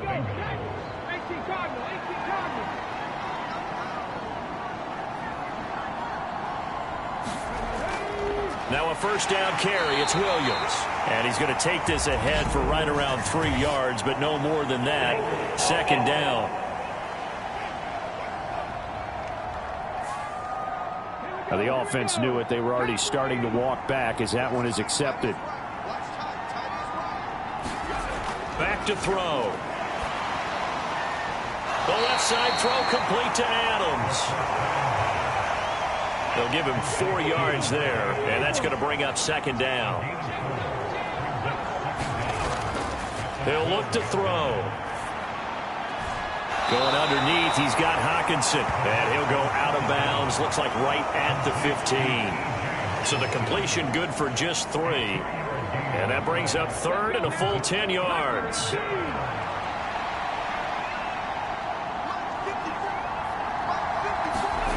Again, he'll drop to throw. He'll drop this down to Williams. And they're going to stop him short of the first down as he's tackled at about the 21. That one good for only 6, and it leaves him with a 4th down.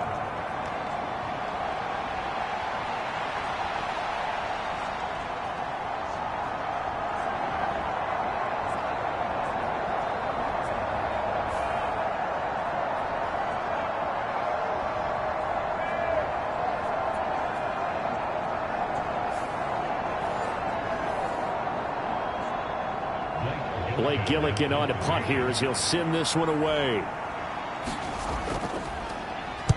He punted 4 times in the loss last week as he gets this one away here. Stiff-armed him. A 46-yard punt, 4-yard return. And the Steelers will go on offense here, 1st and 10. And Pittsburgh getting set to take the field. And we don't want to call this desperation time, especially in the second quarter, but you're down. You don't want to. We know, but let me finish. Okay, my bad. You're down 3 scores already. You've done nothing offensively, nothing on the scoreboard. That's not a good combination. I think you just called it desperation time. I think you did. But let's face it, you mentioned this to me in a break earlier in the game. The energy level hasn't been there right from the start. We've noticed that. They've got to find a way to get on their toes and start punching instead of retreating, to use a boxing analogy. And I don't think there's any question that this offense is going to need to hit on a few more plays like this. It's been a difficult first half for them, to say the least. And I do believe if they want to get back in this game, they need to start right now. It's kind of like making adjustments. If you try and wait until the half, it's probably too late. They need to get going right here. 1st and 10. Here's Pickett. That's caught by his tight end, Foster Moreau. And he's corralled at the 40, but not before picking up 8. Now a 2nd and 2. They hand this off to Harris, and this winds up a pickup of 2, maybe 2.5 to about the 39. The offense on 3rd down tonight, just 1 for 5 to this point. They're looking at 3rd and a few inches. He's got his target. And I think the ball's out, but this will fortunately wind up out of bounds. Can almost see inside his face mask there the look of relief. He coughed it up, but it goes out of bounds. They keep it. Someone carrying around the lucky horseshoe, aren't they? If I were him, I'd go out and play the lottery after that one. A very fortunate man. And they're operating in plus territory here. They're thinking points. Definitely don't want to lose the football at this juncture.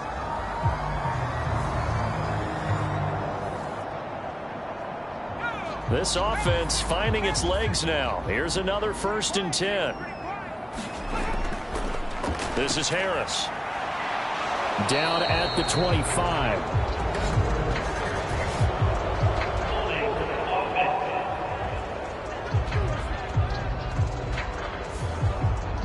That flag accepted, and it backs the offense up a little bit. Back to throw. Pickett. A quick throw knocked away and incomplete. So they'll come up after the incompletion for 2nd down. Complete. It's Johnson.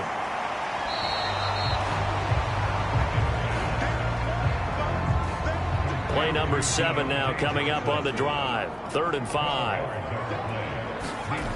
Pickett now from the gun here. Work in the middle of the field, and he's got a man complete. And he's got another first down as the tackle's going to be made at the Bengals' 13-yard line. Give him 10 yards there as this offense is on a roll. This drive continues to plunge forward.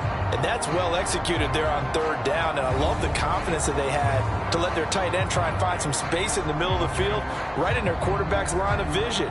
And QBs love to make that easy throw, and they hooked up there for a first down. From the 13 now, they work on 1st and 10. Looking to throw. Pickett. And he's not able to get away. Sacked back at the 22.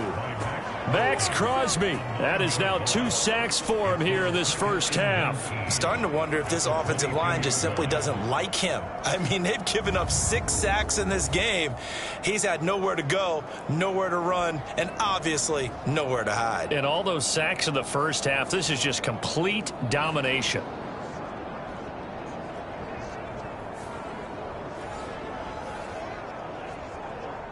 Sacks, a growing theme in this first half. This is 2nd and long. From the gun, here's Pickett. And this throw incomplete. Well, the defender all over him that time, and it's going to lead to 3rd down.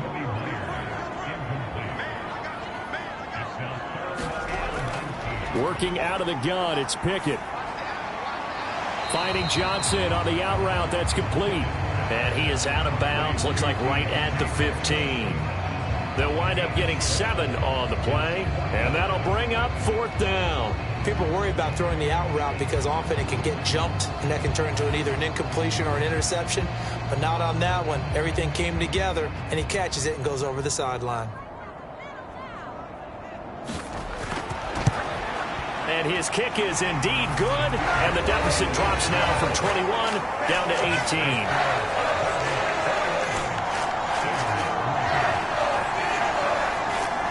So they do come up with their first points of the game, but Charles, the question is going to shift to their defense. Yeah, the way things have gone, 3 points could become insignificant fast if this grows to 28-3 or 35-3. They need this defense to come up with a stop, and they need to do it now. And out a little across the 25 to the 27. The Bengal offense now gets set to head back out onto the field. Obviously not the intended goal last drive. They had to punt the football, but still they've got the lead here, and now a chance to add on to that lead if they can get points on this drive. 1st and 10 upcoming. They begin the drive with Williams. And nothing much materializing there on the first down run. He'll get a couple, and that's it. They suspected that it was a power play up the middle coming at them, and boy, were they right. That defense got downhill in a hurry and limited them to just a couple on first down. Now a throw here, hauled in. And Higgins is going to have a Bengals first down as the tackle going to be made up at the 37.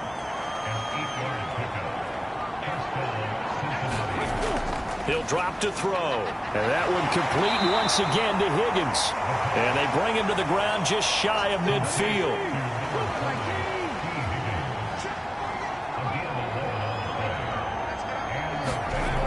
They'll look to throw now on first down. And his throw here is going to be incomplete. 2nd and 10. They'll look to throw again. Got his man complete over the middle. It's Adams. And they're going to have themselves another first down as the tackle's made at the Steelers' 34-yard line. The Bengals passing game finding a rhythm. They've got another first. Good strong throw and catch right there. And so far in this game, the alleys have been open for them to get completions, and they're taking advantage of it.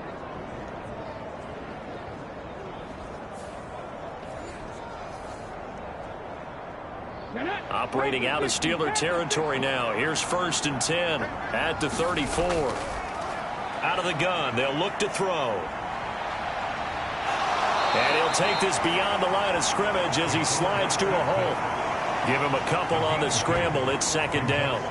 I certainly like what he did right there because he smartly wanted to avoid forcing anything downfield because nothing appeared to be open.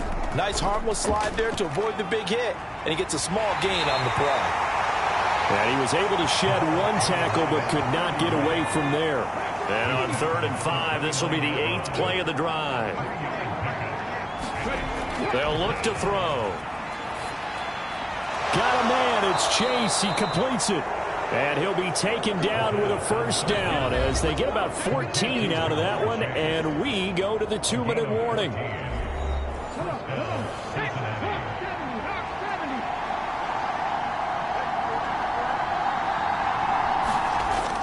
Now a shotgun snap as they'll look to throw. Escaping the pressure right. And he'll take this into the end zone for a Bengal TD. Their mobile, agile quarterback on his way to a monster game. 3 first-half touchdowns. And the Bengals continue to pull away here in this first half. This is becoming quite the half he's had here.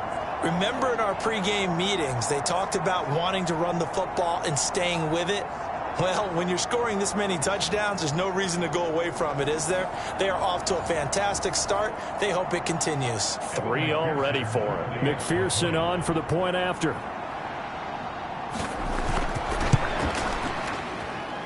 And they open the lead up now to 25 points.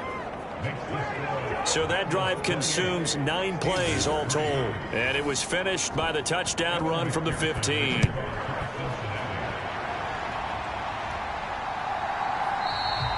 And he'll very wisely take a knee here as they'll bring this one out to the 25 on the touchback. The Steelers offense now, they get ready to head back on the field. And they had a long drive last time, but they had to settle for a field goal, and I'm sure that's how it felt to them, settling. They probably should have gotten in the end zone. Yeah, not out-and-out joy, right? Because that's what you get when you put the ball in the end zone. But there are benefits to that type of a long drive. Your defense gets a chance to take a break, adjust a little bit, maybe get themselves ready to get back out on the field and play a little bit better. So they'll take the benefit even though they wanted the 6 points. And maybe wore down the other defense. We'll see. That's complete into the hands of Myers. Now you've got to hustle your guys to the line and get them set. They run the play fake. Here's Pickett. And it's incomplete. Took a shot, couldn't connect. So after the incompletion on first, now 2nd and 10. Back to throw. Pickett. Oh, the ball comes out on the hit, but they'll say it's incomplete. So back-to-back incompletions, and that has them staring at a 3rd and 10. Looking to throw. Pickett. Johnson's got it complete. And he's going to come up a few yards short. Brought down at the 45. Now the Bengals going to use the first of their timeouts as they'll stop it with just over a minute to go before halftime. On 4th down, the punt team is on as this is sent away. 35 yards that time on the punt. And the Bengals take over 1st and 10. The Bengals going to take over late in this first half. And we'll see how this is played. Offensively, they've got the lead. Not a whole lot of time left. What do you think, Charles? Well, it's tempting to try and add to your lead, but a mistake there, that can change things in a big way. I say go ahead, take the knee, get on out for the half. Now the first play of the drive there is incomplete. So they'll come up after the incompletion for 2nd down. Now they'll throw here out of the gun. Going underneath, he's got Hawkinson. This will be a short gain of 3 before he's brought down at the 22. The Bengals going to use the 2nd of their timeouts as they get the stoppage with just under 50 seconds remaining in half number 1. Out of the gun now on 3rd down.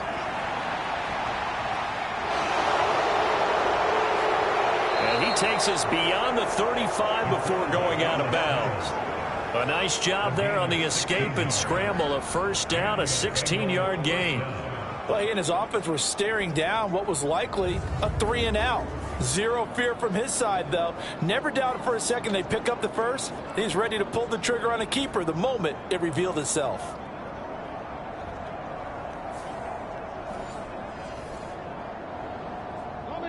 So here's a 1st and 10 at the 38. 13, watch 13. 3. Back to throw here. Catch is made by Hockenson, the tight end. And this will leave him a yard short. Nice pickup of 9 yards on 1st down. Now the Bengals going to signal for their 3rd and final timeout as the clock will stop with 20 seconds to go in the 1st half. On 2nd down, Williams. And he'll get it into enemy territory just across midfield at the 49. 4 yards the pickup, 1st down.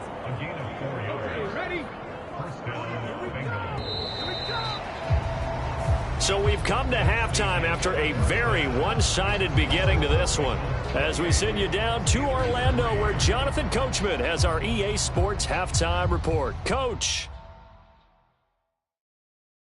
All right, guys, thanks very much. We'll get back with you shortly. But first, let's take a look at what's coming up this weekend around the NFL. Some very intriguing games in that early window, highlighted by the one going on at the Superdome. A big test for the Saints as they'll match up against the Cleveland Browns.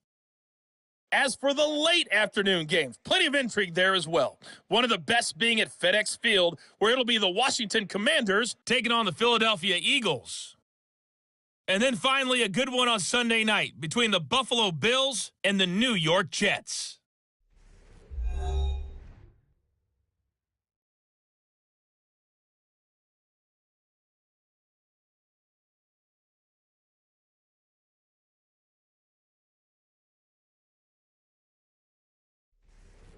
All right, Coach, thank you very much. As we welcome you back for quarter number 3. The Bengals set to receive. They have the lead and the football to begin quarter number 3. And up to about the 26-yard line, just across the 25. The Bengal offense ready to go to begin this 3rd quarter. And it's hard to imagine that the first half could have gone any better for them. So what's the approach here in the 2nd half? Just continue to play smart football because they got the other team down and they feel good about the position they're in. The obvious thing people would say is just keep attacking, but I think you also have to be smart about it. Avoid turnovers. That's about the only thing that can derail you at this point. Attack, but make sure you take care of the ball.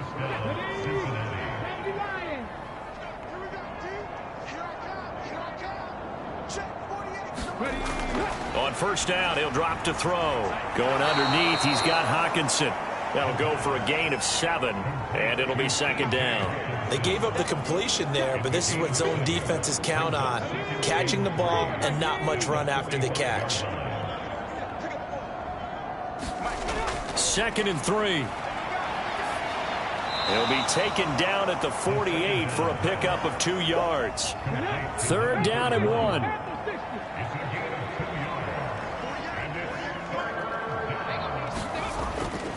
They'll try and run for it. Here's Williams. And he will have the 1st down as he's brought down up near midfield.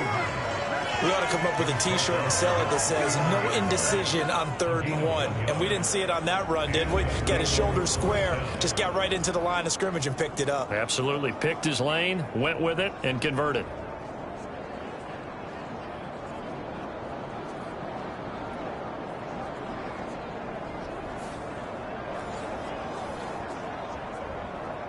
Two 1st downs have him up near midfield now on 1st and 10.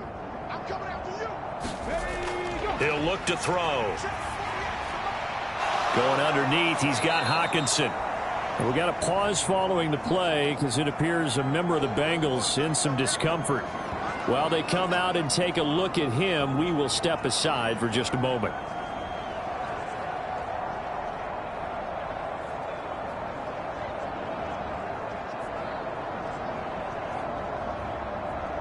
Ball spotted at the 45. Here's 2nd and 4.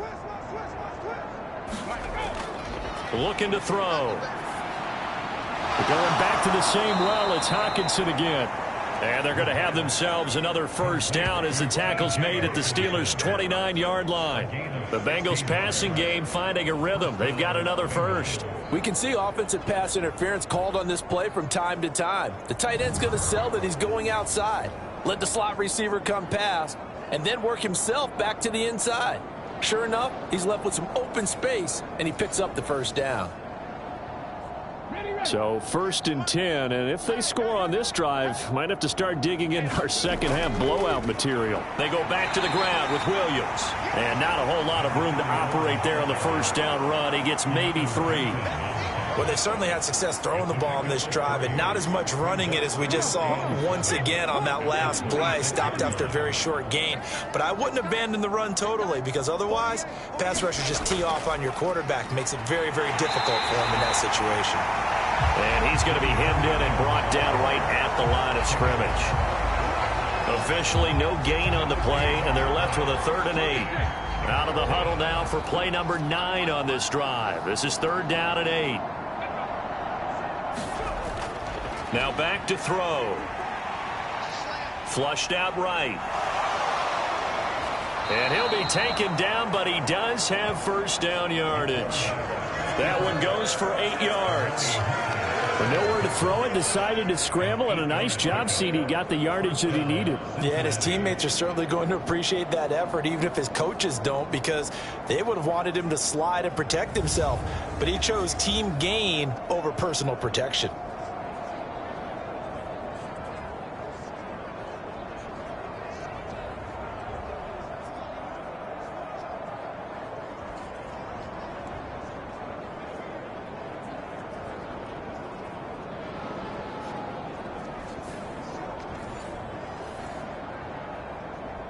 So from inside the 20, here's 1st and 10 at the 18. Now they'll switch it up here and look to throw. It connects quickly to Jamar Chase. And the Bengals are going to have a 1st and goal coming up as the tackle made at the 3-yard line. And I'll tell you what, this offense is playing a little bit of keep away right now. They've come out here in the 3rd quarter, possessed the ball for quite a while, and they keep on converting. Nice pitch and catch there to set up the 1st and goal.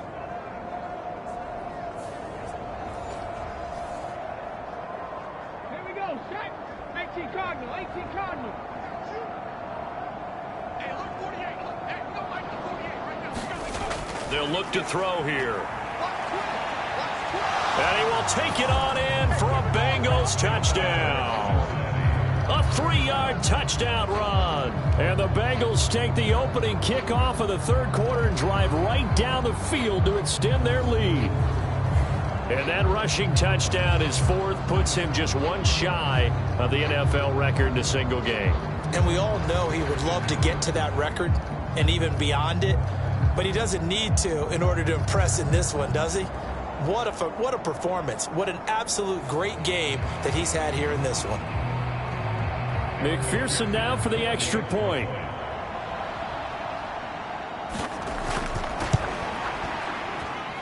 And he's been a busy man, 5 for 5 now as he knocks another one through to extend the lead. So that one a long 11-play drive. And it ends with a 3-yard scoring run.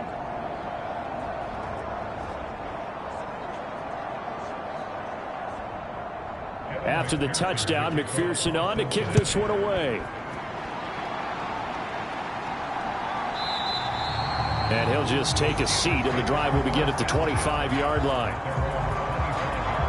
Time for the Steelers offense now to get set for their first possession of half number 2. CD, they certainly know the hole that they face as they begin the second half. They have to do what precious few teams have done in NFL history, and that's try to come back from a 4-possession deficit.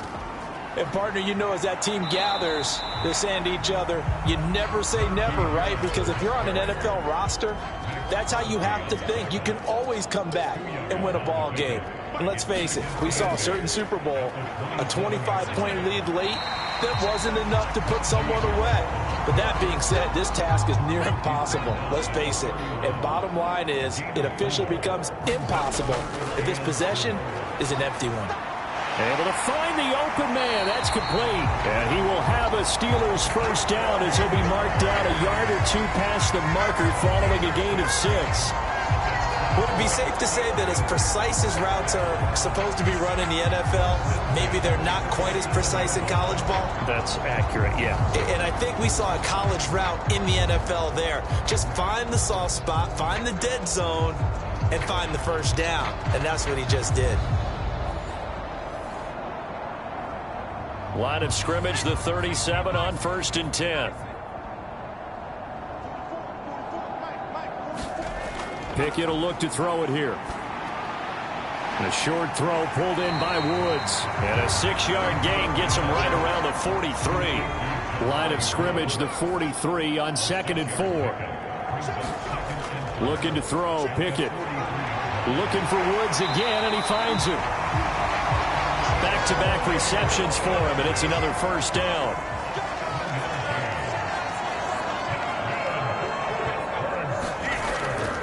They run with Harris. 5 yards is the tally on first down. That brings up 2nd and 5.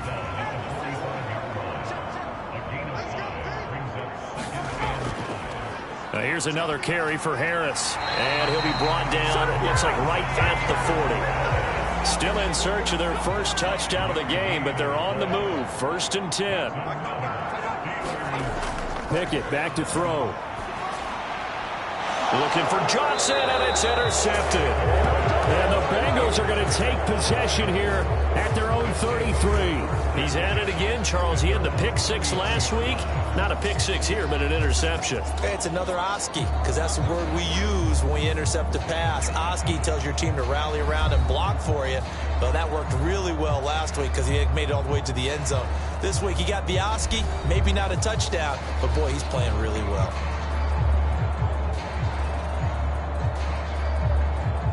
The Cincy offense about ready to go here on their next drive. A long drive last time out for this offense, Charles. If you remember, they started basically in the shadows of their own end zone, marched it down the field, and a lot of that was through the passing game. The partner, as a former defensive back, I'm having almost a physical reaction watching what's happening right now, but let's give credit where it's due because they've done an excellent job moving the ball through the air. Secondary getting picked apart pass by pass. Obviously, they need to make some adjustments there on the back end. And because offensively, we know that they're not going to be shy about throwing that football. You can see the time and effort and thought that they've put into their passing game because it was evident right there. It looks like a simple pitch and catch, but you and I both know that they have planned for this and worked hard to make it happen.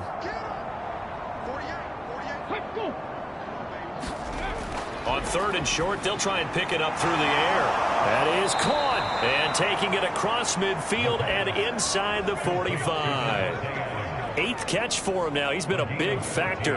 And it's a first down. Well, up big, but still not hesitating to take some shots downfield, CD. I guess they really want to hammer home their dominance in this one. Yeah, that much is apparent, partner. If they keep completing throws like that, they'll keep that gap awfully wide as they've established already. So the 14 yards actually takes them from 143 to the other for 1st and 10. Back to throw again. Pressure comes and the Steelers take him down. He couldn't get rid of it. He takes a sack for a loss of 6 to bring up 2nd down. That's their first time getting to the quarterback, sack number 1. And, you know, they had 5 last week, I'm remembering. And you have to find a way to slow down the pass rush, not necessarily with just protecting your quarterback, but you show them a lot of different looks, and they did that in the first half. You know, different angles, different things to slow down the speed. They got to him here in the second half. Now they've got to come up with a counter to that and maybe do something different. 2nd and long. It's caught on the right side. Williams. So just 3 yards on the completion there. And it'll be a 3rd and about 13. They'll set up to throw. Oh, look at the juke. And he'll protect himself at the end here as he winds up getting pretty decent yardage. Thanks to his effort, they now have a big choice to make here. He just ran them into field goal range with that one, so here come the choices. Do they kick it here, or do they trust him to make another big play and possibly get a first down?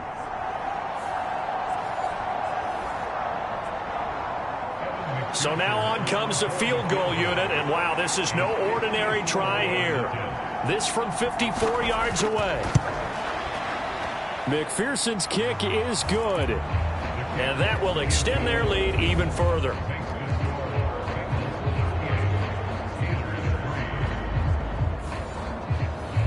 Well, the only silver lining on the other sideline, CD, is that they kept him out of the end zone, but still, that's another 3 points added on to this large lead. Yeah, no shortage of scoring or big plays on defense in this one. And even up by 4 possessions, still finding ways to create opportunities and capitalize with points. The Steelers ready to take over on offense. Well, we're still in the third quarter, so there's some time to kind of clean this up and make it look more respectable. Now, a win, that's probably gone out the window, Charles, but I don't know. Do you look at this as a time to just improve and maybe start to look towards the future? Oh, it's intercepted. They got Pickett for the 3rd time in this game. It's Brian Branch with it, and he's able to get it back here to the 43-yard line. So still no touchdowns allowed by this defense. They get the interception there. CD, they have been rock solid. And at this point, I think they have to expect that they're going to see some shots taken down the field. And that was almost a desperation throw right there, just kind of hoping something good can happen, a completion, a pass interference. But this was anticipated well, and they came up with the INT. Cincinnati's offense coming back here onto the field. Last time out, you remember their drive stalled, but thanks to their kicker, booted a long field goal to at least get them 3. Now here they'll try to do better and find the end zone. And in our experience, how much fun is it for coaches to know that they've got a kicker who can nail it from long distance? Now, the hard part is, as an offensive play caller, you don't want that in your head too much where you're relying on it, and he goes out and gets the job done for them. But I'm quite sure he would be content to just kick extra points from here on out. Yeah, absolutely no question. I think his teammates would be okay with him just kicking the extra points as well. This offensive game plan has just been sensational. I mean, when you think about all the different ways they've gotten their receivers open so far, it's really been impressive. Scheme, design, execution. It's Williams on the catch. And he can't quite get there. Tackled down at the 1. Add the gain here to the previous play, and it's better than 40 yards total.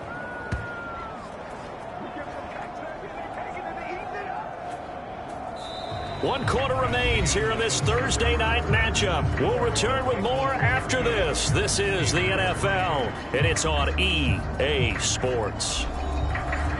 Historically, this is such a tough, loud venue, but you can hear a pin drop right now. A lot of fans long gone, not used to seeing a lopsided score like this.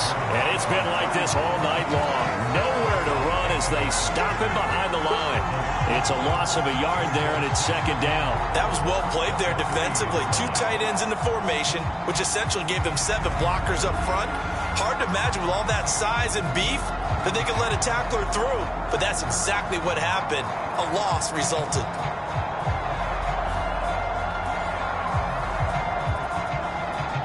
So they're backed up to the 3-yard line, 2nd and goal. Williams again. And he takes it into the end zone. Touchdown, Bengals. A great effort there. Hitting double digits with his 10th rushing touchdown on the year. And the Bengals are closing in on a 4-1 start as they extend their 4th quarter lead. So that's now 10 touchdowns for him on the year. He's into double figures, and we're not even to the halfway point of the season yet. Partner, doesn't it speak to how well he works with this offensive line? And they know he doesn't need a giant alley to run through. He just needs a little seam. And he's so good at being patient, waiting for things to develop, and then accelerating when it does appear. Extra point by McPherson, up and good. And this one was over a while ago as they just add on to that big lead. After the touchdown, McPherson on to kick this one away.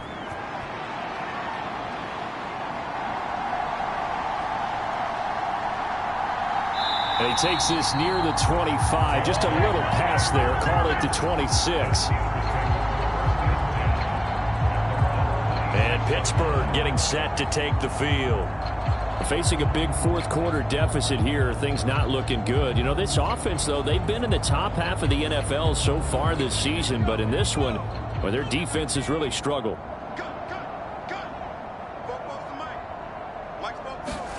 They go back to the air here after the INT on the last drive.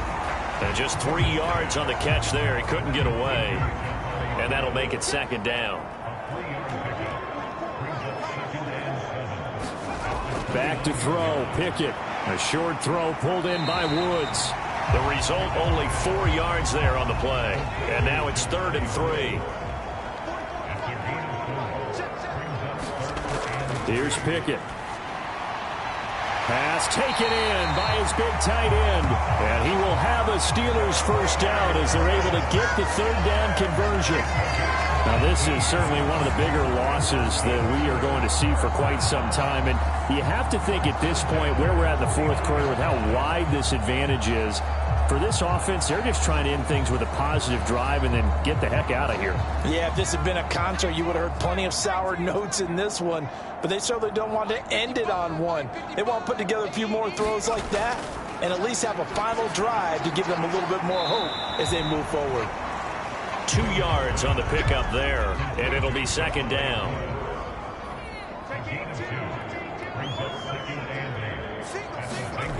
Pickett. Setting up the screen, Harris. Shreds the tackle, and he is out of bounds inside the 35. From the 34 now, here's 1st and 10. Pickett, he's going to throw it again. A really nice catch there by Johnson. He's tackled a yard short of the marker. Good gain of 9 on 1st down. 2nd down and a yard.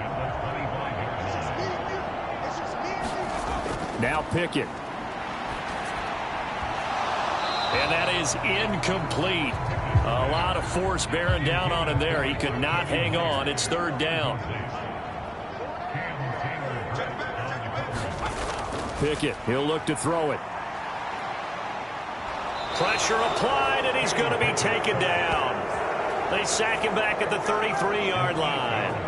Trey Hendrickson able to drop him that time for his 2nd sack of the evening. Offensively, they're going to have to figure this out before next week. 7 sacks in one game. Yeah, and that's more than any quarterback should have to bear. And if this continues on, there will be another quarterback in the game because no one can stand up to this week after week.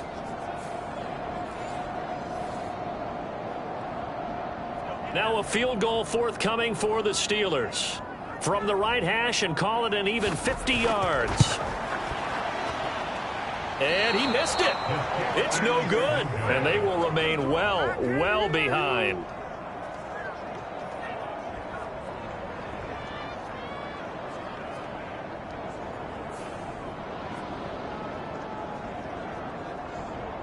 The Bengals getting set to go. And this one has gone pretty well to form. They've come in, had little problem thus far, and now they'll try to polish things off in the 4th. The Bengals drive about to get going. Well, we've paid this offense plenty of compliments already, but, I mean, they are deserving as they start another series. To be leading by this much with so much time left to play in the 4th, Charles, it's really been impressive to watch. It has been, and you have to think to yourself, the preparation that went into this, but the absolute focus that they kept throughout in order to have this kind of a result, this is Super Bowl-esque, and they've got to feel awfully good about what they put out there today.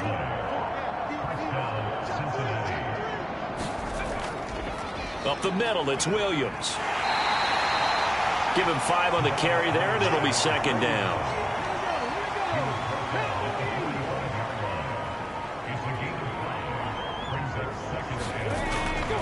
They run it again with Williams. And able to push forward for right around 3 yards down to the 42. Brandon, I've got to think this offensive line has got some smiles on its faces. And I know it sounds crazy, but they practiced for this back in training camp. They knew they'd be in situations where there'd be extra defenders in the box coming after them, trying to keep them from locking down a game. Right now, they want to show the world they're up to the challenge. And he is going to have a Bengals first down, I do believe. Yes, he's got it by about a yard there on 3rd and 3. Hate to be blunt, but it is just continuing to prove to be the case that this O-line is manhandling this D-line right now. They deserve to roll up their sleeves and show up their biceps because they're doing exactly what you just described, manhandling the defensive front. They've got the leverage, They are powering through, and they're controlling this game.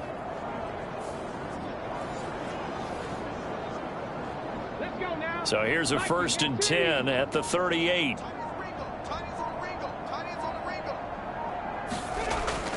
Now a give up the middle to Williams. And he gets it down to the 32. This 2nd and 4.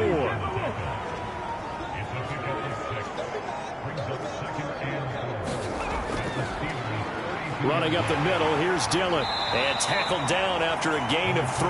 Leaves him with 1 yard to go on 3rd down.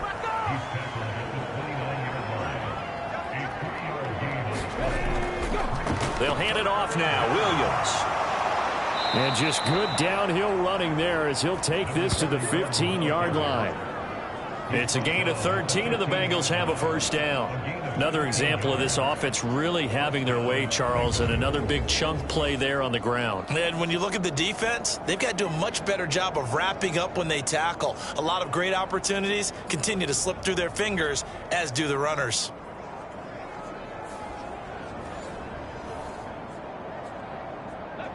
Line of scrimmage, the 15. It's 1st and 10.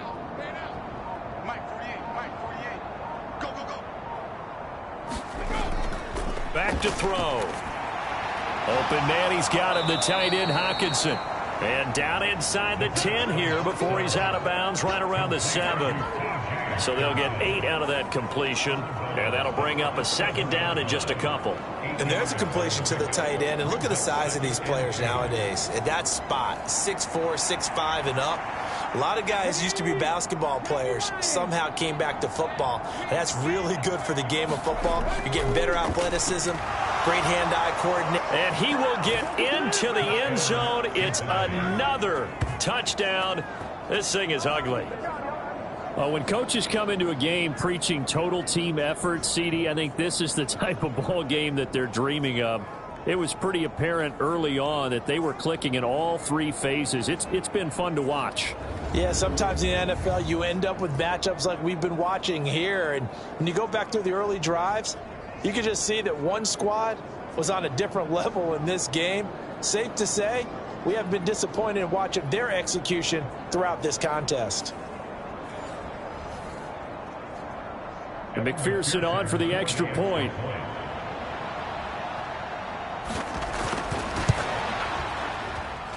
And this one was over a while ago as they just add on to their big lead. So that one a pretty time-consuming 10-play drive. And in the end, it's capped off by a 7-yard run. After the touchdown, McPherson on to kick this one away. On the return, Deontay Hardy.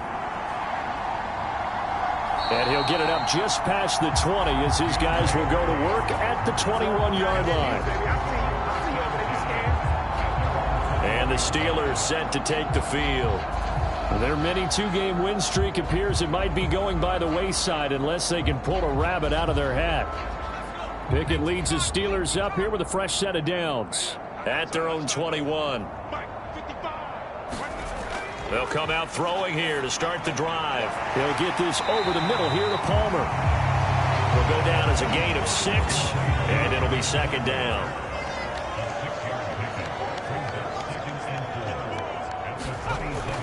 Back to throw. Pickett, pitch and catch to Moreau, the tight end. A gain of 5, good enough for the 1st down. Just 2 minutes remaining here in the 4th quarter of what has been a one-sided affair. So they'll come up 1st and 10 now from the 33. Looking to throw. Pickett. He gets it complete to Harris. Call it a gain of 3 on the play. And that'll bring up 2nd down. Again, he'll drop to throw. He gets this one to Johnson. And they're going to have this across midfield and inside the 45.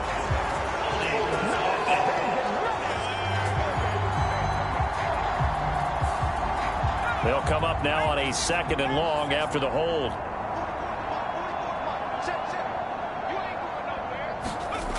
They'll look to throw again.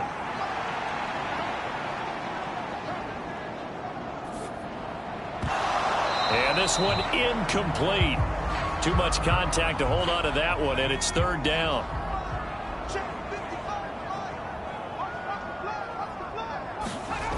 They'll stick with the passing game as he looks to throw.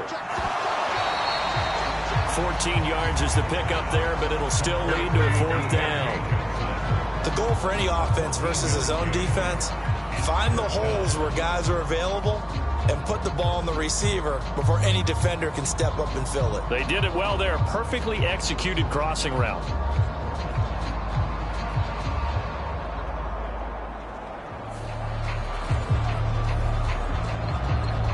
And they're indeed going to go for it here on fourth down. So trailing here in the last quarter, let's see how this plays out. Now they go for it on fourth, but this one is going to wind up incomplete. They had to go for it with such little time remaining, and the Bengals are going to get it back in terrific field position. So they tried to go for it for pride, but it really wouldn't have mattered. This one, it was already determined. No doubt about it. This one was over a while ago. Now the Cincinnati offense ready to see what they can do here.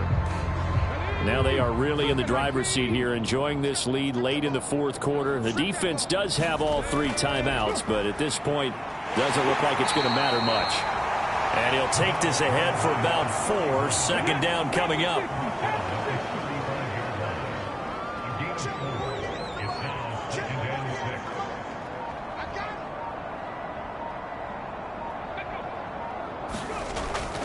The busy night continues for Williams.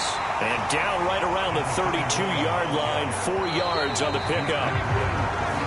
So this one in the win column now for the Cincinnati Bengals. And it was a game where they were off and running in the first quarter, Charles, and never looked back. You know, partner, after a while, we always say the same thing, don't we? They set the tone early, right? They started fast. So I asked a few of my horse racing friends, do you have a term for me that we can use to cover that? And they said, yeah. When a horse breaks out like that, you say he caught a flyer out of the gate. And that's exactly what this team did today. I mean, they jumped out there, jumped on them, and were never headed. So for Cincinnati, they boost their record up to a strong 4-1. And now they'll get the weekend off as they get a little extra time to prepare to face the Buffalo Bills. Meanwhile, for the Steelers, they drop below 500 to 2-3 with a loss. And they'll be on the road next week for a matchup with the Baltimore Ravens. So for Charles Davis and our entire crew, I'm Brandon Gaudin. Next game, guess what? Charles and I will be here again. It's the NFL on EA Sports.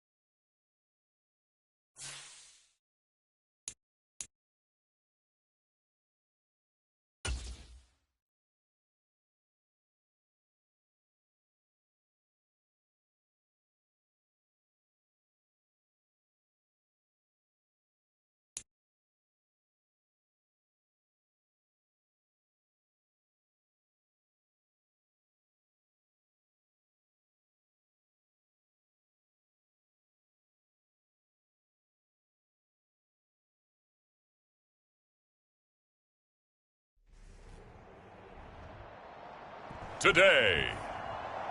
It's Madden NFL football. It's week 6 of the NFL on EA Sports.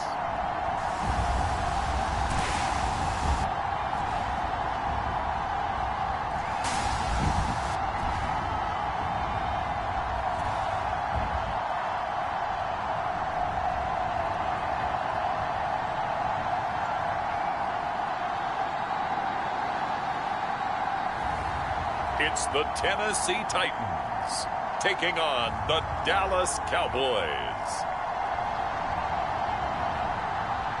It's the National Football League presented by EA Sports. Today we've got a Week 6 matchup for you here, as it'll be the Dallas Cowboys taking on the Tennessee Titans.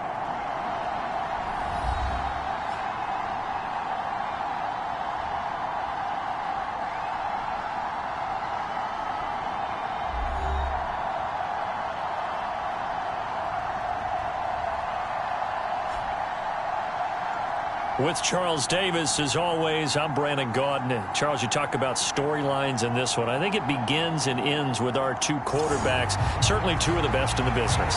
And nowadays,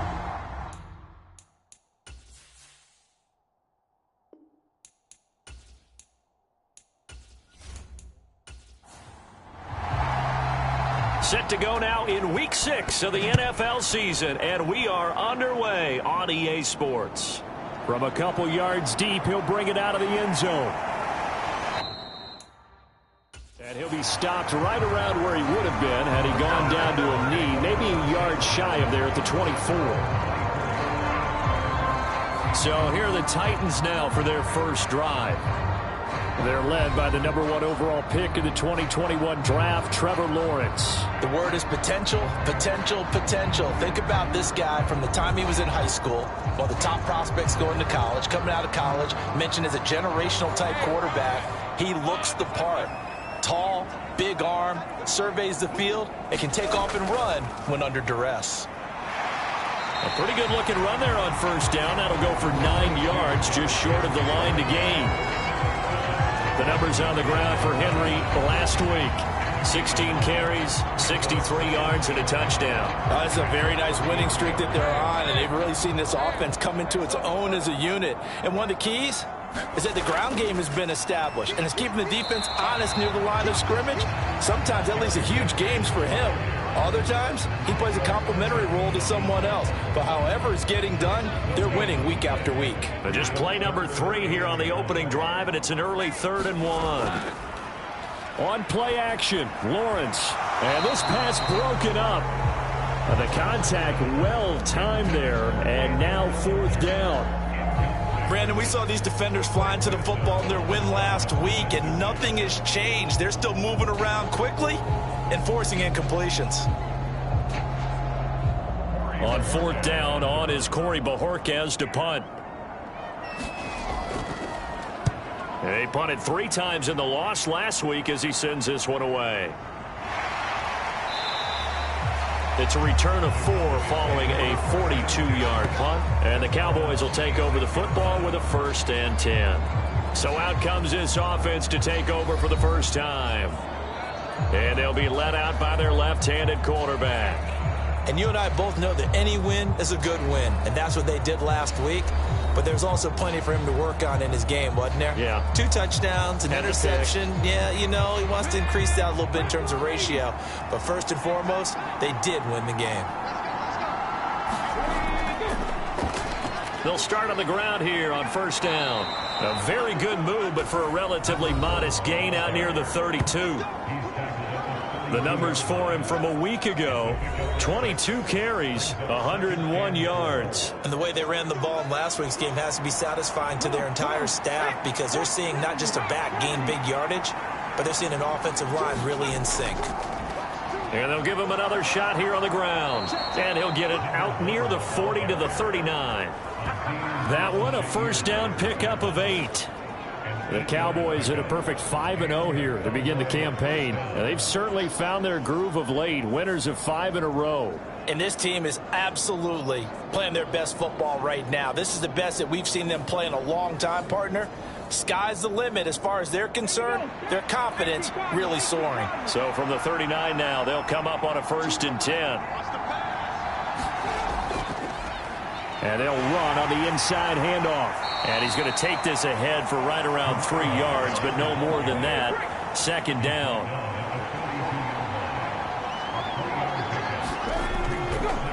And here's a handoff out of the gun. And able to use his stiff arm for a little bit of leverage before he's taken down. A pretty good gain.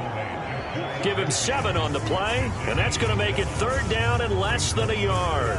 So, Charles, you look at this offense, and really on paper, at least, a great situation for them upcoming. They're unbeaten on the year, an open week coming up after this. So I guess my question, any worry that maybe this is coming at the wrong time?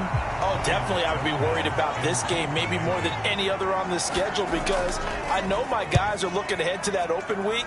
I've got to keep them focused on the task ahead, make sure they take care of business in this one. Otherwise, you're talking about a double trap. The trap of losing the game and then having the open week and having to stew about it. The Titans coming back onto the field for their 2nd drive. And they dipped a game below 500 following the loss last week. And you get the sense that maybe this team's at a little bit of a crossroads here. Yeah, I think that's a really good way to put it, because what's that old malaprop? If you come to a fork in the road, take it. Because this crew... A 50-50 ball here, and it's intercepted.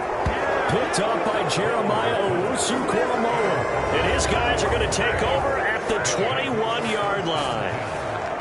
Offensively, when you see cover 2, the thought has to go through the quarterback's head. Drive the football when making throws. It's not just the deep guys covering. It's the guys underneath you have to be careful of. Drive your throw. Otherwise, you see what results? Interceptions.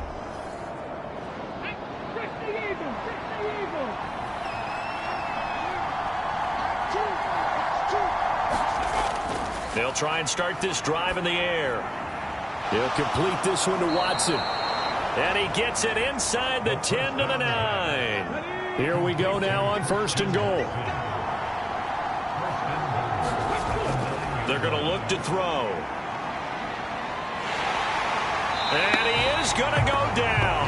Back at the 11-yard line. Buried behind the line by Christian Wilkins. On any 1st and goal, the real estate to work with for the offense is really cut down, and the defense knows it. So they often bring heat and pressure, which they did on this play. Got him down for a loss. Not a big one, but any loss of yardage in this position is tough for an offense. So they get pushed back to the 11, and here's 2nd and goal. He'll look to throw. That's caught left side to tight end Pitts. Only able to pick up 2, and that leads us to 3rd and goal. They'll look to throw. And a quick throw here, that's complete. And he's able to get this down to the 5-yard line before he's out of bounds. He did his best to just get 4 out of that, but not enough. And now 4th down.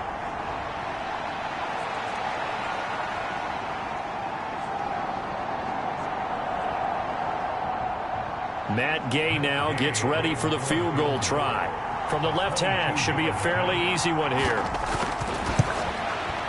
Gay's kick is good, and the Cowboys are going to jump out to a 3-0 lead.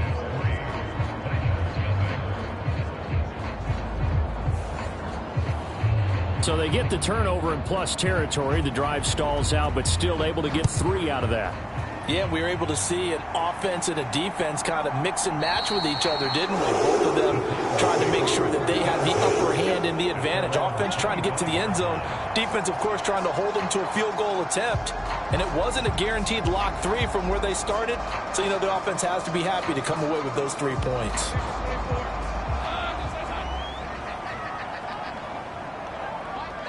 In motion left goes Burks.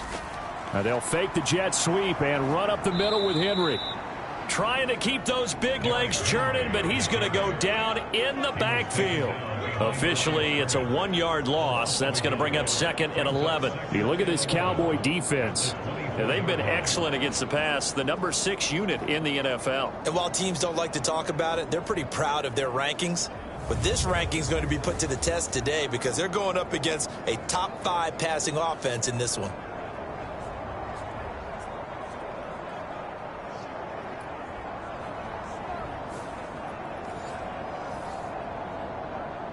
After the loss to start out, here's 2nd and 11.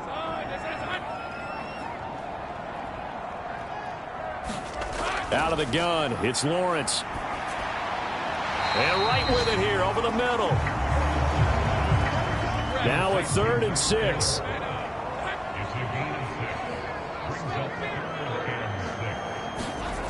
Here's Lawrence to throw. And the Cowboys pressure gets there this time for the sack. Micah Parsons. He's the one to get him, and that is sack number 7 for him on the year. And this is what you've got to do against a quarterback like him. You've got to keep him in the pocket and not let him get to the perimeter, because once he gets outside, that's where he can really hurt you.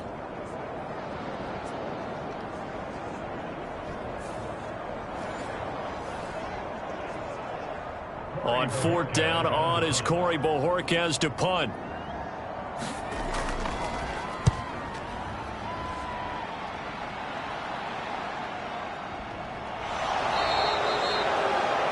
Yard punt, 6 yards on the return. And it will be 1st and 10 as they take over.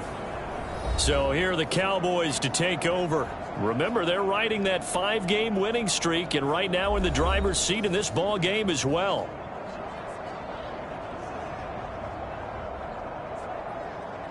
Good starting field position for them here as they come up 1st and 10. Just shy of midfield at the 48.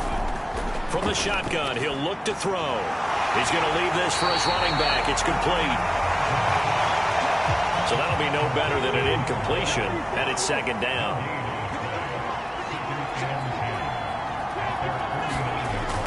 Back to throw here. Able to hit his target, Lamb. So the completion good for just 3. 3rd and 7 now.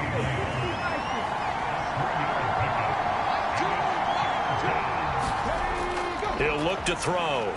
He lets it go deep for Olave. And this is caught inside the 5. Touchdown. Chris Olave. His 4th touchdown on the year. And the Cowboys are able to stretch out their lead. Well, you know he can be explosive, and he's ultra explosive there on the fly route. And you know how many times we've talked to coaches and we've had quoted back to us, well, you know something? When you execute really well, it doesn't matter if they know it's coming or not. Well, sometimes athleticism beats you as well. He just took off and went. And that's almost like one of your Turkey Bowl games, isn't it? Just go long, Backyard. man. I'll hit you. And it worked really well for them. Extra point by Gay is up and good. And the lead grows to 10-0. The drive there only spanning 3 plays. And it was Chris Olave who finished things off with a touchdown.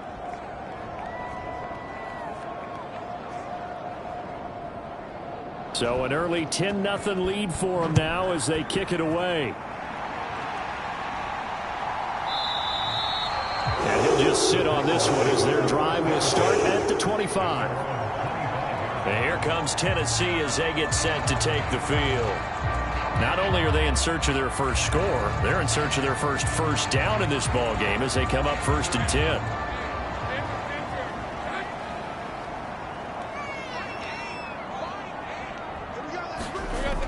Looking to throw, Lawrence. Firing quickly here, and that's complete. And he's going to get a good gain of 9 here up to the 34. Well, this defense for the Cowboys, they were terrific a week ago in the win over Seattle. It was a little bit enlightening talking with the defense coordinator about their performance last week, because the feeling was that it was a good, solid performance. They did what they needed to do to get the job done and get the win, but definitely a few lapses that they're looking to correct. On 2nd down, here's Henry. And he stopped immediately there. No gain on the play, and now they're faced with a 3rd and 1.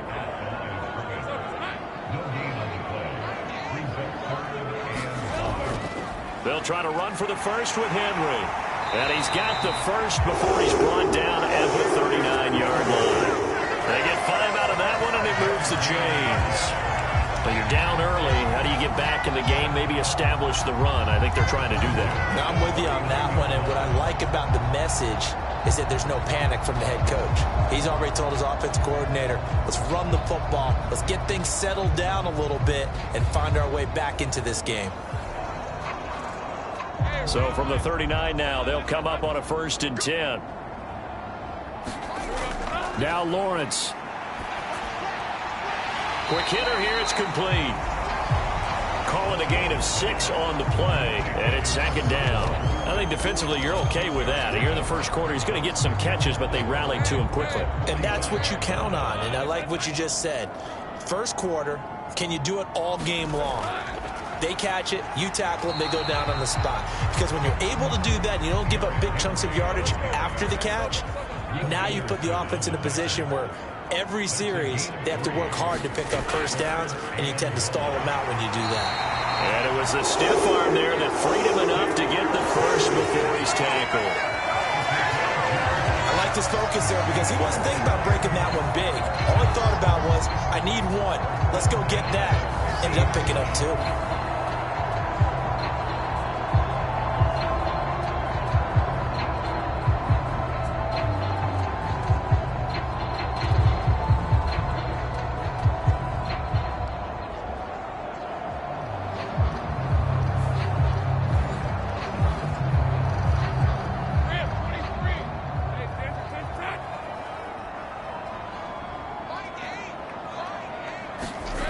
From midfield now, Lawrence. He finds his man, complete. That's Phillips.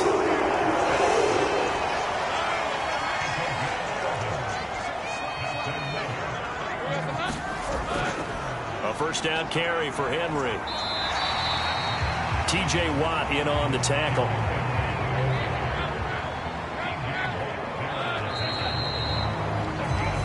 $10-0 the score after 1 on EA Sports.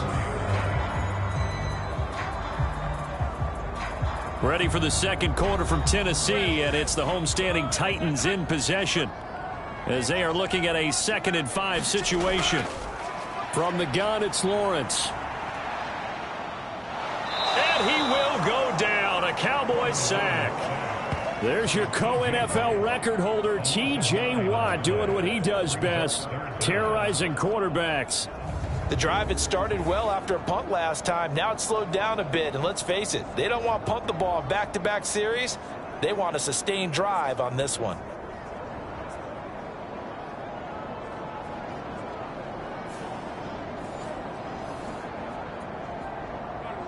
This offense 2 for 2 on 3rd downs on this drive. They're in for a tough test here, though. 3rd and long.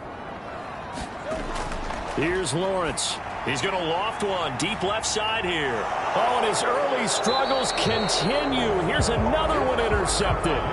Picked off by Trayvon Diggs. And the Cowboys are going to have the football at their own 1-yard line. Boy, that one was in the air for an agonizingly long time. Just begging to be picked off, wasn't it? It's one thing if you're throwing a ball like that, trying to throw someone open or lead them into an area. But that ball needed to be thrown with a lot more conviction. As a result, it's an easy interception. A look at the running back, the man out of the backfield as he gears up to go again. The passing game, they've had more success there than the running game. Maybe something they game plan for. How come they didn't tell us about it? Because they wanted to keep it a secret. We did ask, didn't we? But I think what happened in this one is they've realized that they've established the run pretty well, and teams are going to key on that. They thought they could open it up and have success through the air, and that's exactly what's going on. Yeah, they've had success, at least so far here in the second quarter. They needed some breathing room. He gave it to them. 11 yards and a 1st down. Partner, I think that play echoed a short yardage run. I know they were backed against their own goal line, but when they stack the defensive line like that, if you find any type of a crease, you're up to the 3rd level before you know it. So a little more space to work with here from the 13 on 1st and 10. Looking to throw. In trouble here, and down he goes. Back at the 8-yard line. That's Azeez Al-Shaair getting through for the sack that time. Well, you could almost see his eyes light up defensively. I mean, as a linebacker, that's about as quick as you can get to a quarterback. So what did your third-grade teacher teach you about straight lines, right? As soon as you have those, you take full advantage of them. He found a gap in the offensive line, got to the quarterback, and put him on the deck. 2nd and 14 as they've got work to do here after the sack. They'll look to throw here. To Lamb, he pulls it in. What a catch. And he's able to get this one all the way past the 30. A first down there on a pickup of 25. That is one heck of a catch right there. Got his eye on it the whole way and able to make the grab one-handed. Very nicely done, and for a nice chunk of yardage, too.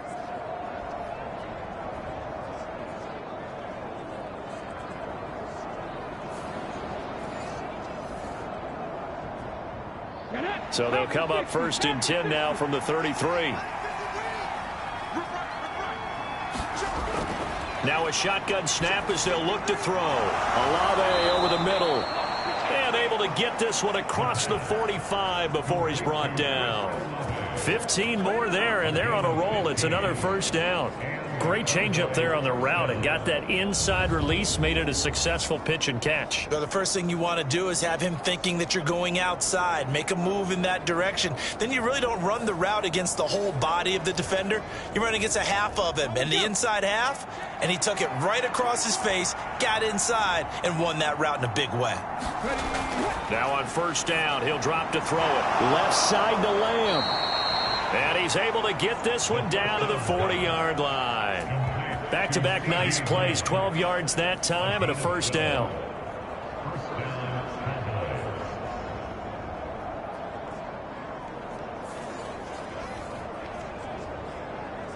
Okay, ready?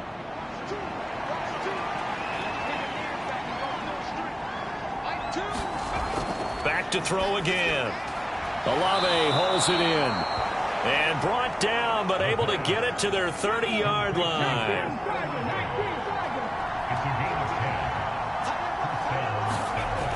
On first down, he'll drop to throw. And this one quickly to Lamb. And he's going to get a solid gain of 9 before being brought down. 2nd and right at a yard. Nothing fancy on first down, but a very consistent type of a play. Hit that slant. A lot of people call it an extension of the running game, and it can be if that pass is completed, because you hit a guy on the run like that, he often can go for big yardage. Sets him up nicely for 2nd down, staying ahead of schedule. And he will slide to a stop. He does have the first down. 12 yards there as they move the chains.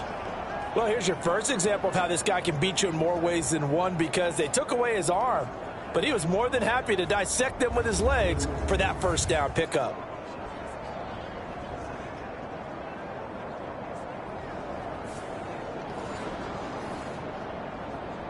Come on.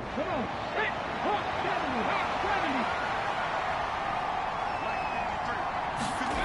70. He'll drop to throw. His pass caught at the 4. And from the 9, they get this to the 5-yard line.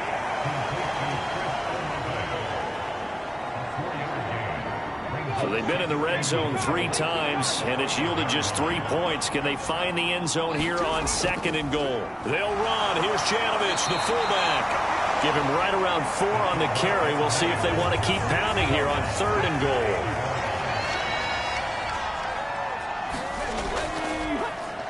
They'll try to run this one in. And he is going to lose yardage here. A loss of a yard, and it brings up 4th. That was the kind of play that this defense needed, because it has not been a good half for them on that side of the football. Maybe they can use that one to regroup a little bit and start to play a little bit better.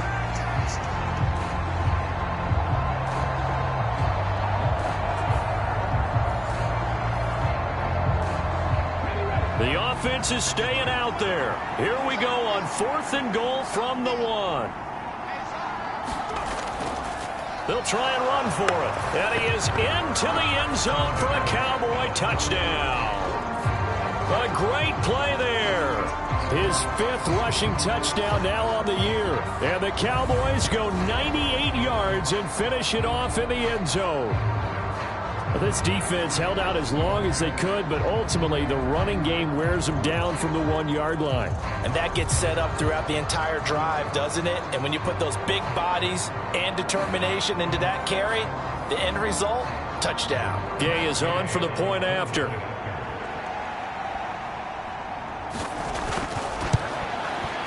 He's got it, and it's 17-0. That one in the books as a 12-play drive. And it ends with a 1-yard touchdown run.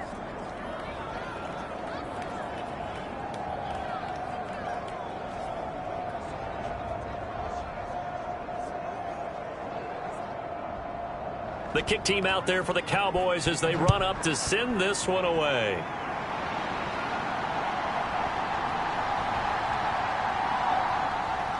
And he'll get it up across the 20 to the 21-yard line.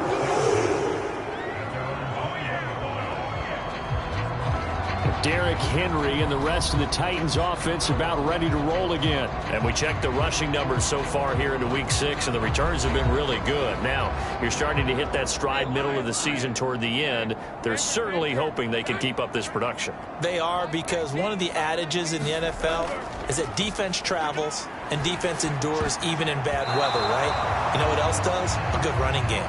And people want that, especially as you head down the stretch. You may play outdoors in some nasty stuff. You're trying to get to the playoffs. This is the time to get it going. And individually, I don't think you should just think about 1,000 yards either. The bar has to be set higher with this beginning. The Titans on 3rd down, 2 for 5 to this point. This will be 3rd and 5. Work in the middle of the field, and he's got a man complete. And he will have a Titans first down as they're able to get the 3rd down conversion. It's been a very one-sided game so far. They got to change what they're doing right now, don't they? You can't wait till the halftime speech to make an adjustment. No, you can't, because if you're doing it right, you're adjusting from series to series, and they need a big adjustment here to try and put some points on the board. Ball up to the 35 now as they come up on 1st and 10. Now Lawrence. Complete to right. So the completion good for 7 there. And that will bring up 2nd down. Inside handoff, Henry. And he'll get it out a couple yards shy of midfield at the 48. This offense finding its legs now. Here's another 1st and 10. 10th carry now for Derrick Henry. And he'll power ahead, but only for about 3 yards. 2nd down coming up. It's interesting going into this game. There was so much talk from both sides about who would control the line of scrimmage. I think we've seen who has it in this one so far. Well, they bottled him up. He's barely averaging over 3 yards a carry right now. Looking for a seam, but finding none. He'll get back to the line of scrimmage, and that's it. So it's 3rd and 6, and this will be the 8th play of the drive. Lawrence will throw. And the Cowboys pressure gets there this time for the sack. T.J. Watt. That is now 2 sacks for him here in this first half. This offense continues to shoot themselves in the foot. And here another sack. All game long, we've seen missed assignments, which have led to turnovers, sacks. This group has not played well at all here in the first half.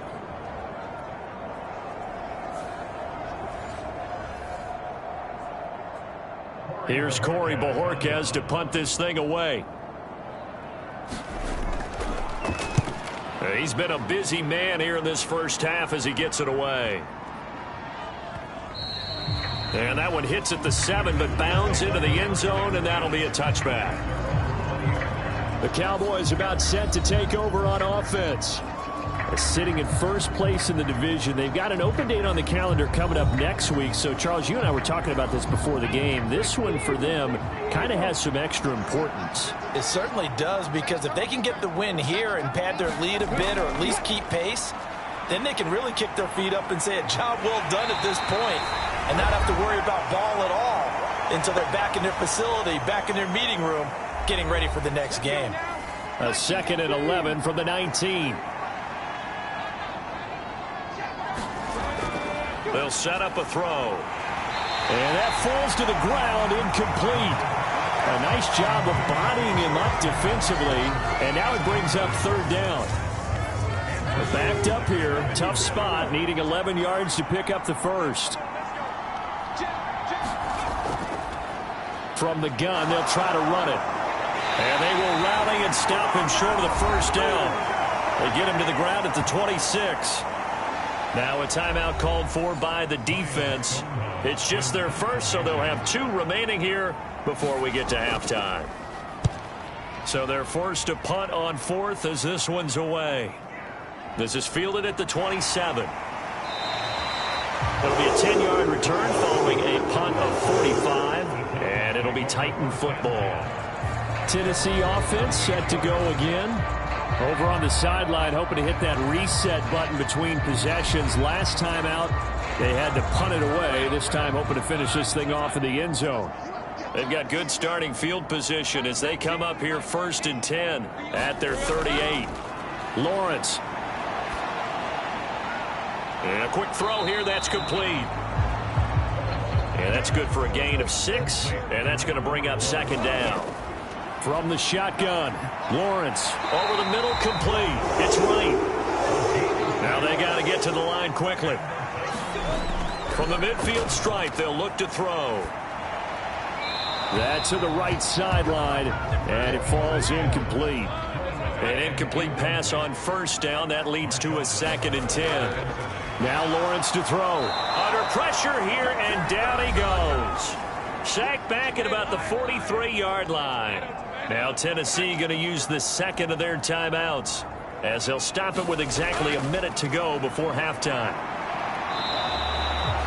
Now the Cowboys going to burn the 1st of their timeouts as the stoppage will come with a little under a minute to go in this first half. Here's Corey Bojorquez now. He's averaging just under 50 yards a punt as he gets this away. And he didn't quite have the backspin on that one. It hits at the 4 and continues into the end zone. It's a touchback. Getting set to go again as we look at the back heading onto the field again. He's over 40 yards here in the 2nd quarter. Been nice and effective for them, hasn't he? He has definitely been dependable and really shouldn't underestimate what he's getting done here, because anytime you're on a pace that's going to approach 100 yards, you've really done some damage in an NFL game. Well, now he's looking just to add to his totals. The Cowboys going to use their 2nd timeout now as they'll stop it with just over 40 seconds to go in the first half. Now 2nd and 7 from the 23. They'll drop to throw. High throw, but the catch is made. And they get him down, but not before he takes it across the 40-yard line. 19 yards to pick up there. Move the chains. Well, I think we've just become accustomed to thinking fade in the end zone, but here they're showing it doesn't have to be down near the goal line. No, it can be effective on any part of the field, provided you give yourself enough space to do exactly what you just said. Fade towards the sideline and away from a defender, and if you get a well-thrown ball, you've got a successful play.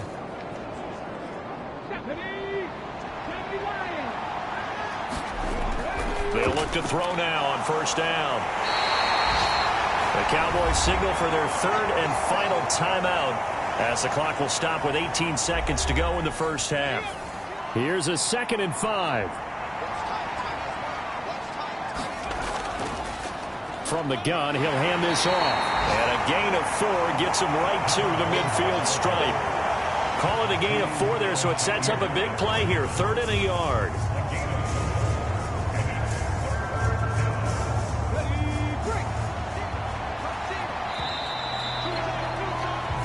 So we reach halftime in what's been a fairly one-sided game so far. As we'll send you down to Orlando, we check in with Jonathan Coachman for our EA Sports Halftime Report. Coach. All right, Brandon, thanks. A few teams starting to rise to the top as it's time to take you around the NFL here in Week 6. We'll get started up at FedEx Field in our nation's capital. And it's the home side who have the lead as they play the 2nd quarter. Michael Pittman, a touchdown reception. From there, we head on over to Wisconsin to check on the Packers at home at Lambeau Field. And you can see, currently they trail in that ball game. Josh Allen has thrown 2 touchdown passes. Lastly, let's get you to MetLife Stadium to see what's happening with the Giants at home in East Rutherford. And they were victorious in that one over the visiting Indianapolis Colts. Isaiah Hodgins leading the way with 3 touchdown catches.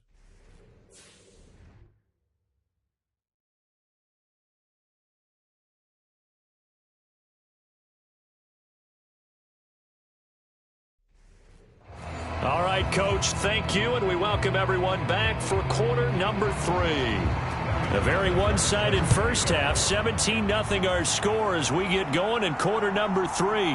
From a yard or 2 deep, here comes a return. And he'll wind up getting a couple extra yards here for his trouble to bringing it out of the end zone as he's down at the 27. Out come the Cowboys now as he'll go on offense first here in this third quarter.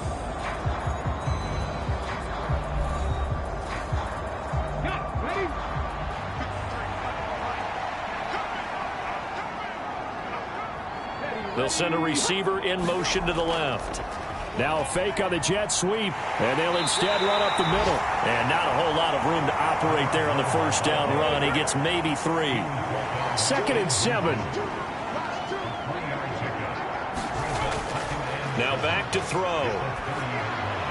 That's taken in by Watson. And getting this just shy of midfield, they'll spot it at the 49. Just his 2nd catch of the game so far. This one moves the chains. Of course, the catch was nice, but how about what happened after? Able to stay on his feet and gain all that additional yardage. So many of these slot guys, I think, have running back in their background.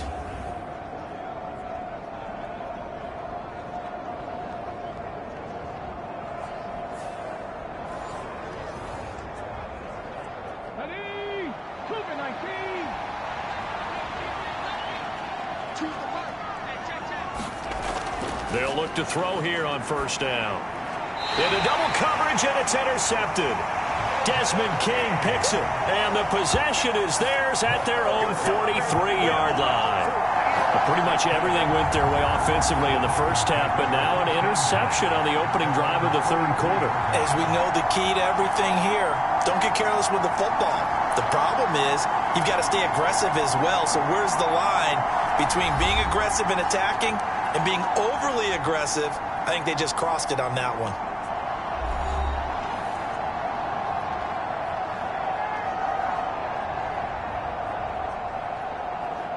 The Titans offense set to begin the drive. They'll start in excellent field position following the INT. They'll try and get the run game going. This is Henry. And he'll be taken down just shy of midfield. He'll get a nice chunk there on the first down run, and it's 2nd and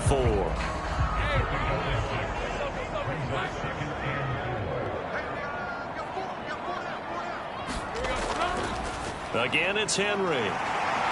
And this time he's able to take it down to the 42. 46 yards rushing for him in the ball game now on 14 carries. That's a good, nice, crisp run for a first down. I wonder if the defense might have been loosened up a little bit, maybe anticipating a pass instead of the run that they got.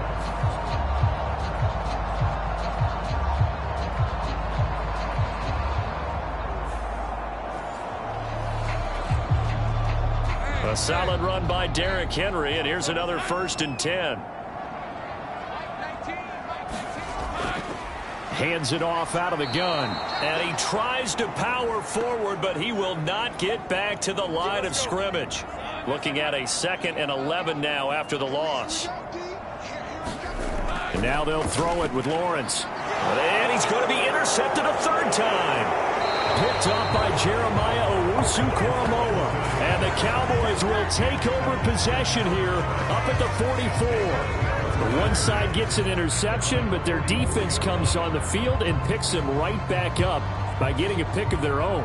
And I think you saw the same thing that I did, Brandon. As he ran off the field after making that play, we saw his quarterback seek him out and offer a personal thank you to bail him out a little bit as the offense takes the field again.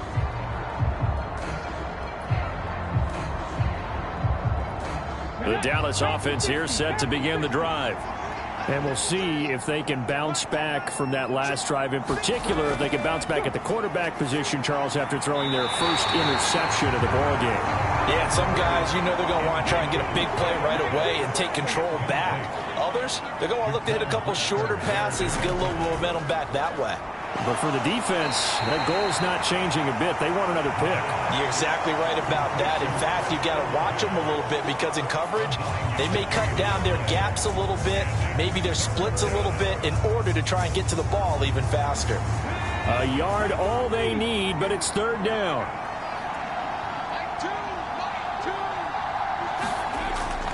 Back to throw. Yeah, brought down, but not before he was able to break the tackle, and the extra effort moves the sticks. 4 yards there as they let him out of the pocket, and he got enough for the first. He really looked comfortable there, scanning the situation, analyzing things, feeling the pressure, and then stepping up right through the middle and sprinting for a first down.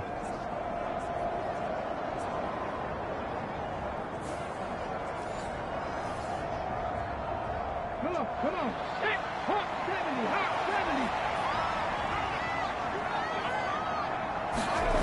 70. Back to throw now on first down. Over the middle, hauled in by Lamb. And past the 35, he'll be dropped a yard or two shy of the 30. 11 yards and a Cowboy first down.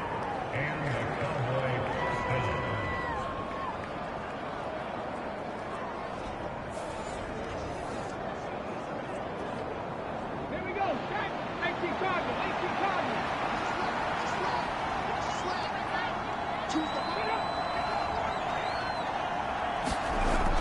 They'll set up to throw. Short pass taken in by Schoonmaker. And he'll be out of bounds just inside the 25-yard line. Second down and 3. One back in the backfield, he'll get the carry. And he's able to get it to the edge of the red zone at the 20-yard line.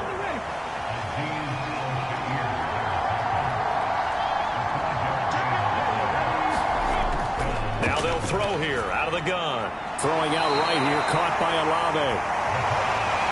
Short completion, just 4 yards, and it'll be second down. Out of the gun, they'll look to throw. And this throw incomplete. Well, the defender all over him that time, but it's going to lead to third down.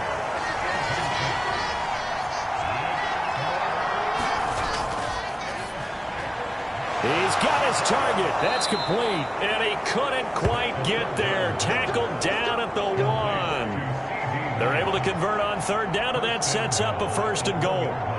Beautiful throw right there on third down, and it looked like this was going to be 6 points, but a nice touchdown-saving tackle at the end of this. Even still, this offense is knocking on the door now with a first and goal at the 1.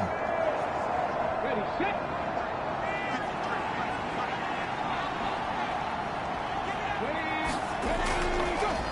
They'll try to run this one in, and he will take it in for a Cowboy score.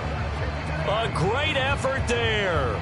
With his second TD of the game, his 6th on the year, as his guys have opened up a very comfortable lead. Well, nothing fancy there, Charles. You had 3 tight ends on the field. They were going to run the football. The defense knew it, but the defense couldn't stop them. And I haven't met an offensive line yet that doesn't get more satisfaction out of running the football into the end zone than pass protecting. They had determination on their side, and they got it done. Extra point by Gay is up and good. And the lead is now 24. A 10-play drive that time. And it ends with a 1-yard touchdown run.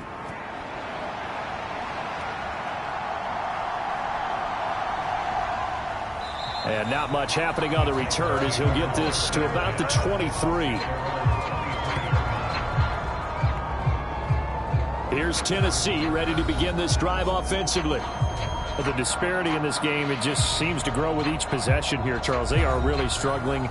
They have not put up a single point, and on the other side, the points keep piling up and up and up. So you know the frustration level has to be rising, right? So they've got to find a way to quell that, because otherwise they certainly won't get anything done in this one. Keep diving deeper into the offensive playbook. The bottom line is don't quit competing. A run there with Henry as he gets forward only for about 3. Second down coming up.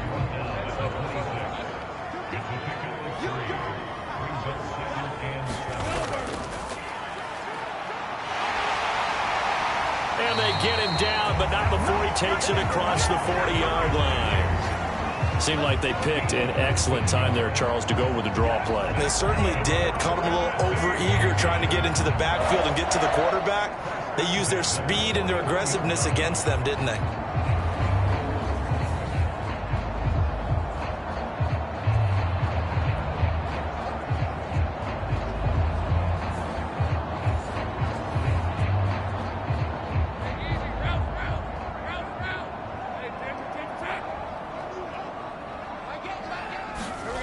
On first down, Lawrence. It's a short one here, complete to his tight end. They'll wind up getting just a yard, and that'll make it second down. Back to throw. Lawrence. That's caught. Left side, it's Burks. 5 yards. Now it's 3rd and 5.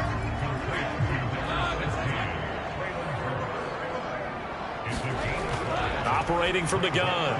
Lawrence. Oh, had his hands on it. Couldn't bring it in. Pretty symptomatic of how this game's been going.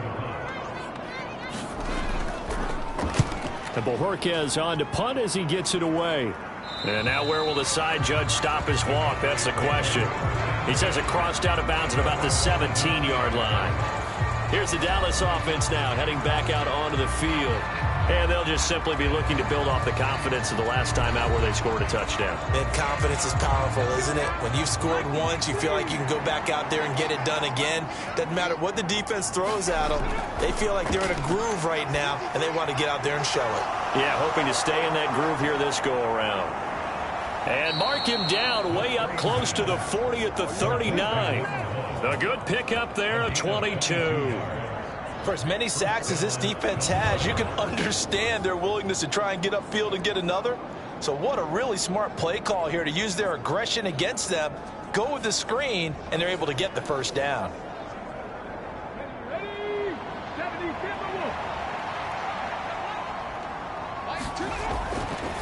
They're going to look to throw. He finds his receiver, Watson. So the completion good for 6 yards, and it'll be second down. They'll look to throw, and this is incomplete. Now they face a 3rd down and 4 after that incompletion on second down. They'll look to throw again. That is caught. And he'll be taken down, but he does have first down yardage. The drive stays intact with a pickup of 13. This is just more of the same. This defense has had no answer on a lot of these throws. They've let these receivers run wild, and here's another completion for good yardage.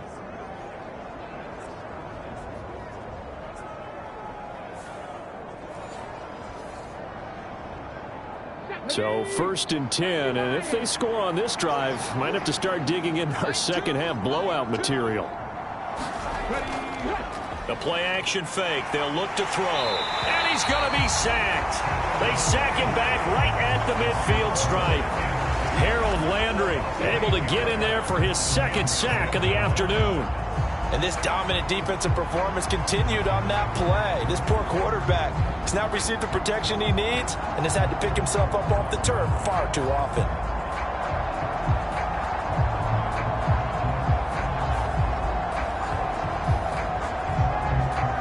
So that complicates things a bit here. 18 yards to go now on second down.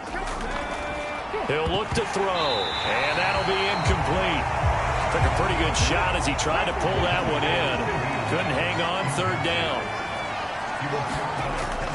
Back to throw here. Short throw caught by Pitts. Just a gain of a couple there. And that's going to make it 4th down. Here's Ryan Stonehouse now, as he's on to punt for Dallas. And this punt sails over the sideline. And the spot, it looks to be right at the 25-yard line. The Titans offense now, they get set to head back out here. And really, Charles, not much of a surprise that they're losing. They just haven't been able to get much of anything going in the pass game. And as you well know, in today's NFL, if the passing game isn't working, usually not much else is working either. You're exactly right about that, partner. And I know that right now that his pass is intercepted for the 4th time today. Picked off by DeMarvion Overshown. That's now his 2nd interception in as many weeks from his linebacker position. And think about all the different techniques he has to employ in a passing situation. Is he spot dropping because it's zone? Is he picking up man-to-man? Is he having to run with a running back or a tight end? In any event, great eyes, head on a swivel, and excellent hands. Yeah, versatility and showing those hands. So from the 36 now, 1st and 10.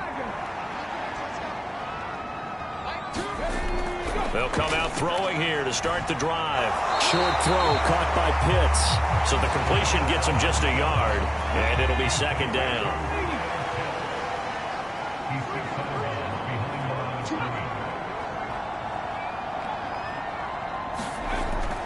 He'll look to throw. Got his man complete over the middle. It's Lamb. And all the way inside the 15 before they drop him. 23 yards the pickup there.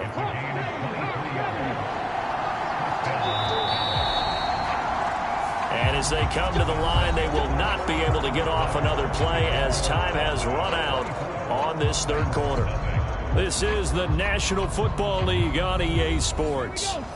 From the 13 now, they work on 1st and 10. From the shotgun, he'll look to throw. And he's got his favorite target yet again. It's complete. This will be stopped about 2 yards shy of the marker. 8-yard gain, 2nd and 2. From the 4, it's 2nd and a couple. They'll stick with the passing game as he looks to throw. And it'll be intercepted. Picked off by Jaquan Brisker. And the Titans are going to take possession here. It's a touchback, and they'll take over at the 20-yard line. Well, that interception at least offers them a glimmer of hope here in the 4th quarter. Well, it certainly does if their offense goes out now and makes it pay off by getting into the end zone. And if it does, then they get a chance to get back out on the field and try and do it again. Maybe they can force that offense into more and more mistakes and give them a chance to get back into this one totally. They have still a 3-score hill to climb. We'll see if they can do it. They go back to the air here after the INT on the last drive. And he's got it past the 30 before he's hit and dropped. The drive starting with a 1st down, 11 yards on that pickup.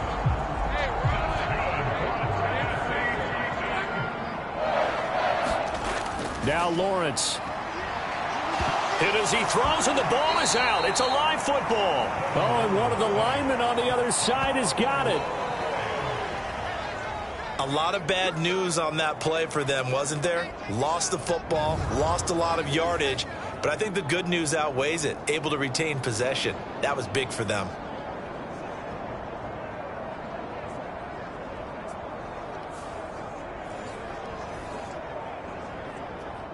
After the sack, they're staring at a challenge basically from the other side of town. It's 2nd and a country mile. Here's a throw out wide, complete to his running back right side. And he is going to lose yardage here.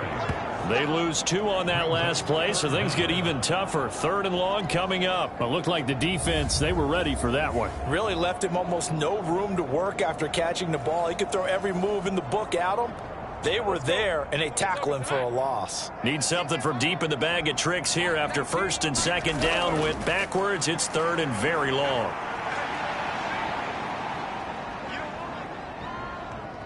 Now he'll let it go deep right side.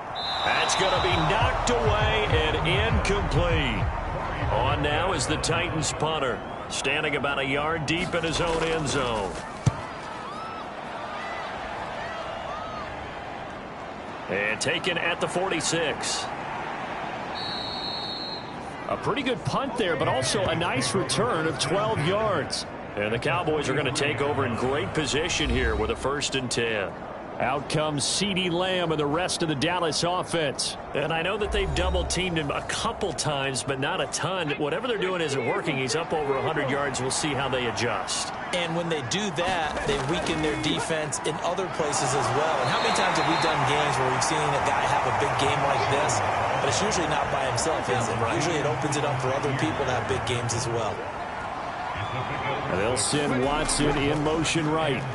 Now they show jet sweep, but instead a run up the middle here. And this time not quite to the 30. It'll be down at the 31-yard line. A gain of 5, good enough for the first down. And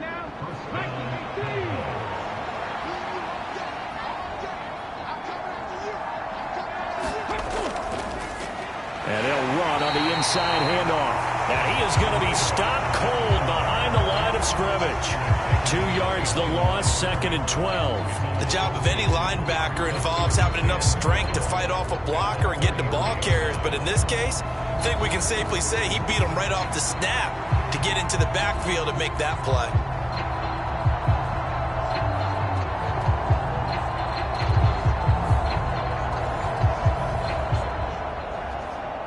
So the first down run lost a couple. Now they come up 2nd and 12. Now they'll switch it up here and look to throw. Under a heavy rush, and down he goes. Jaquan Brisker getting sent on the safety blitz, and he was able to finish it off. Safety blitz, such a fun play call to witness when it works. And the deep man can get home for a sack. Great timing by him. Interception earlier in this contest. Now a sack. He's definitely campaigning for Player of the Week honors, isn't he, partner? The Cowboys on 3rd down. Not quite 50%, 4 for 9. This will be 3rd and a mile. That is caught by Lamb. And he will have a Cowboys first down as they're able to get the 3rd down conversion. Well, they have been unstoppable this afternoon, Charles. They just went after them from the start, and pass plays like we just saw, they're continuing their dominance here despite the big lead in the 4th quarter. And that they have in every way, and plays like that across all phases of the game, they've just been effortless for them in this one. And that's what's helped them build such a large lead and allowed them to smile as this game continues. And this will be a gain of 6 when it's all said and done. Down to the 15 from the 21. 2nd and 4. He's going to find his running back. It's complete. And he's dropped just before the line to gain. 4-yard pickup leaves him with 3rd and 1. Again, he'll drop to throw. He's got his running back out of the backfield. And he'll be taken down, but he does have first down yardage. Another catch for him there on this drive, Brandon, and it looks like they're going to utilize him out of the backfield any way they can. And that time they pick up a first down. So now on defense, do you assign a man to him and try and cover him before he gets going?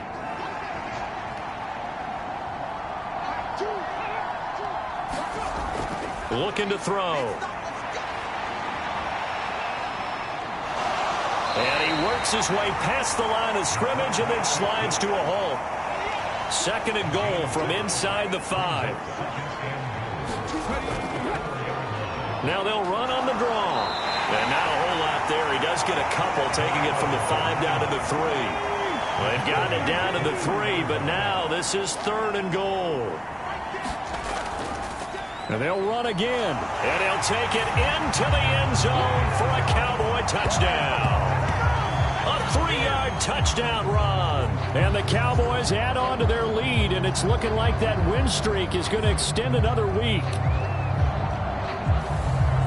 What a game it's been for him in the backfield, Charles, as he pounds it into the end zone yet again. Yeah, and he hits the end zone one more time, and his blockers cleared all those lanes.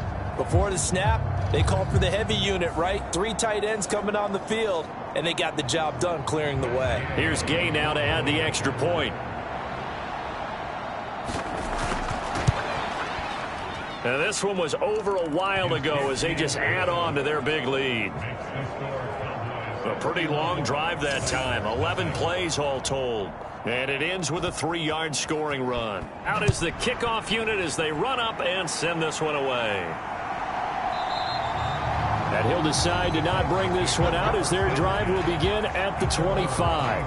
And here comes Tennessee as they get set to take the field. Well, I think that the folks here had hoped that maybe this home atmosphere would carry their guys to a surprise victory, but it does not appear that that's going to be the case. There's too much to handle on the other side in this one. On 1st and 10, it's Lawrence. It's a short one here, complete to the tight end. And he gets this up just shy of the 30 to the 29 before he's out of bounds.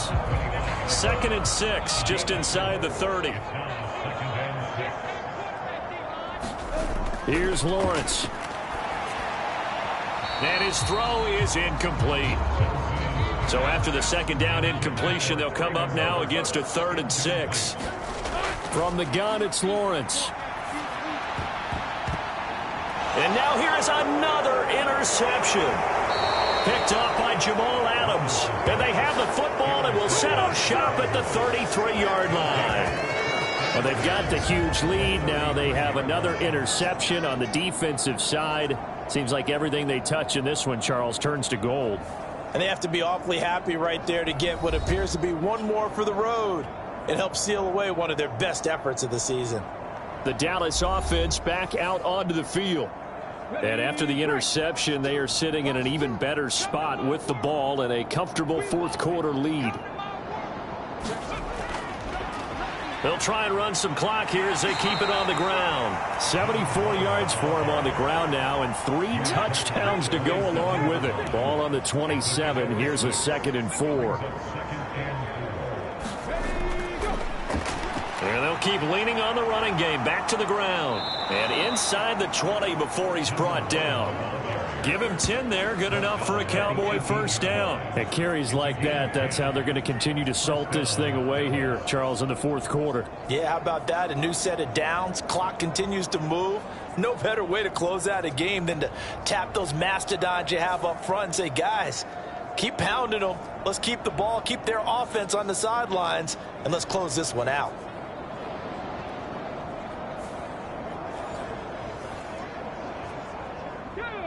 So from inside the 20, here's 1st and 10 at the 18.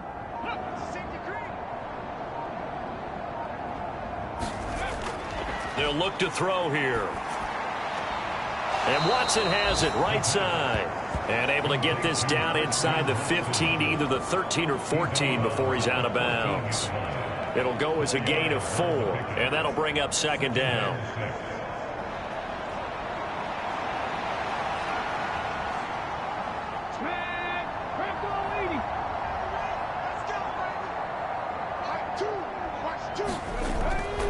He'll drop to throw. Throw over the middle, going to be caught here by Pitts. And the Cowboys are going to be set up with a 1st and goal coming up as they get him down at the 6-yard line. And we are inside of 2 minutes left in this lopsided affair.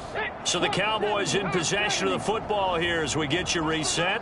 They've got it 1st and goal in a game that appears to have already been decided. They'll try and run for it on 1st and goal. And he'll get him a bit closer as he's down to the 2-yard line. From the 2 now, 2nd and goal.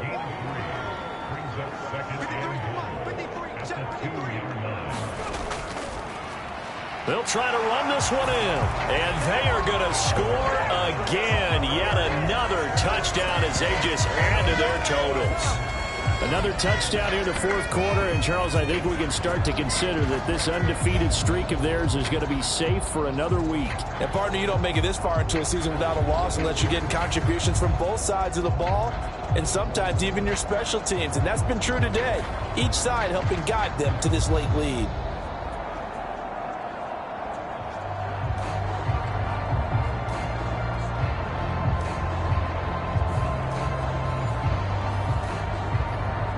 Gay is on for the point after.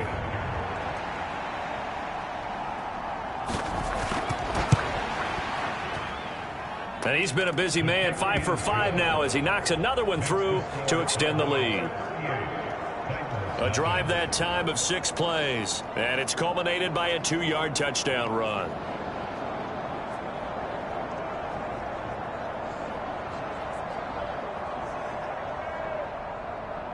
The kick team out there for the Cowboys as they run up to send this one away.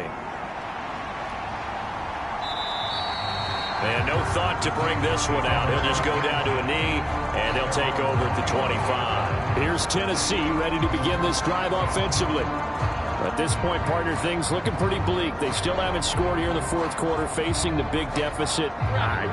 What silver linings, what can they look to do here offensively? You know, it's funny, I talked about this with a coach in the offseason and kind of had this scenario, like what feels good to you and what feels good to your team. You're down big. You really have like one possession left, and you're trying to put points on the board that don't matter, but do that. And he told me they actually do matter. And in this situation, he's going to try and run the best offense he can run to have at least a little bit of confidence to take away from that game. So right now, they're going to try their best to get something up on the board and not get shut out. Looking to throw, Lawrence. Over the middle, complete. That's Phillips. And he's brought down, getting this one up to about the 35. Ball up to the 35 now as they come up on 1st and 10. Complete to right. And he slips up past the 45 before being tackled. So this one will end in a victory for the Dallas Cowboys. And I tell you what, Charles, this might be about as good as it gets. They were incredible. Yeah, offense was in fine form. The defense threw the shutout at them. I think they worked in concert together.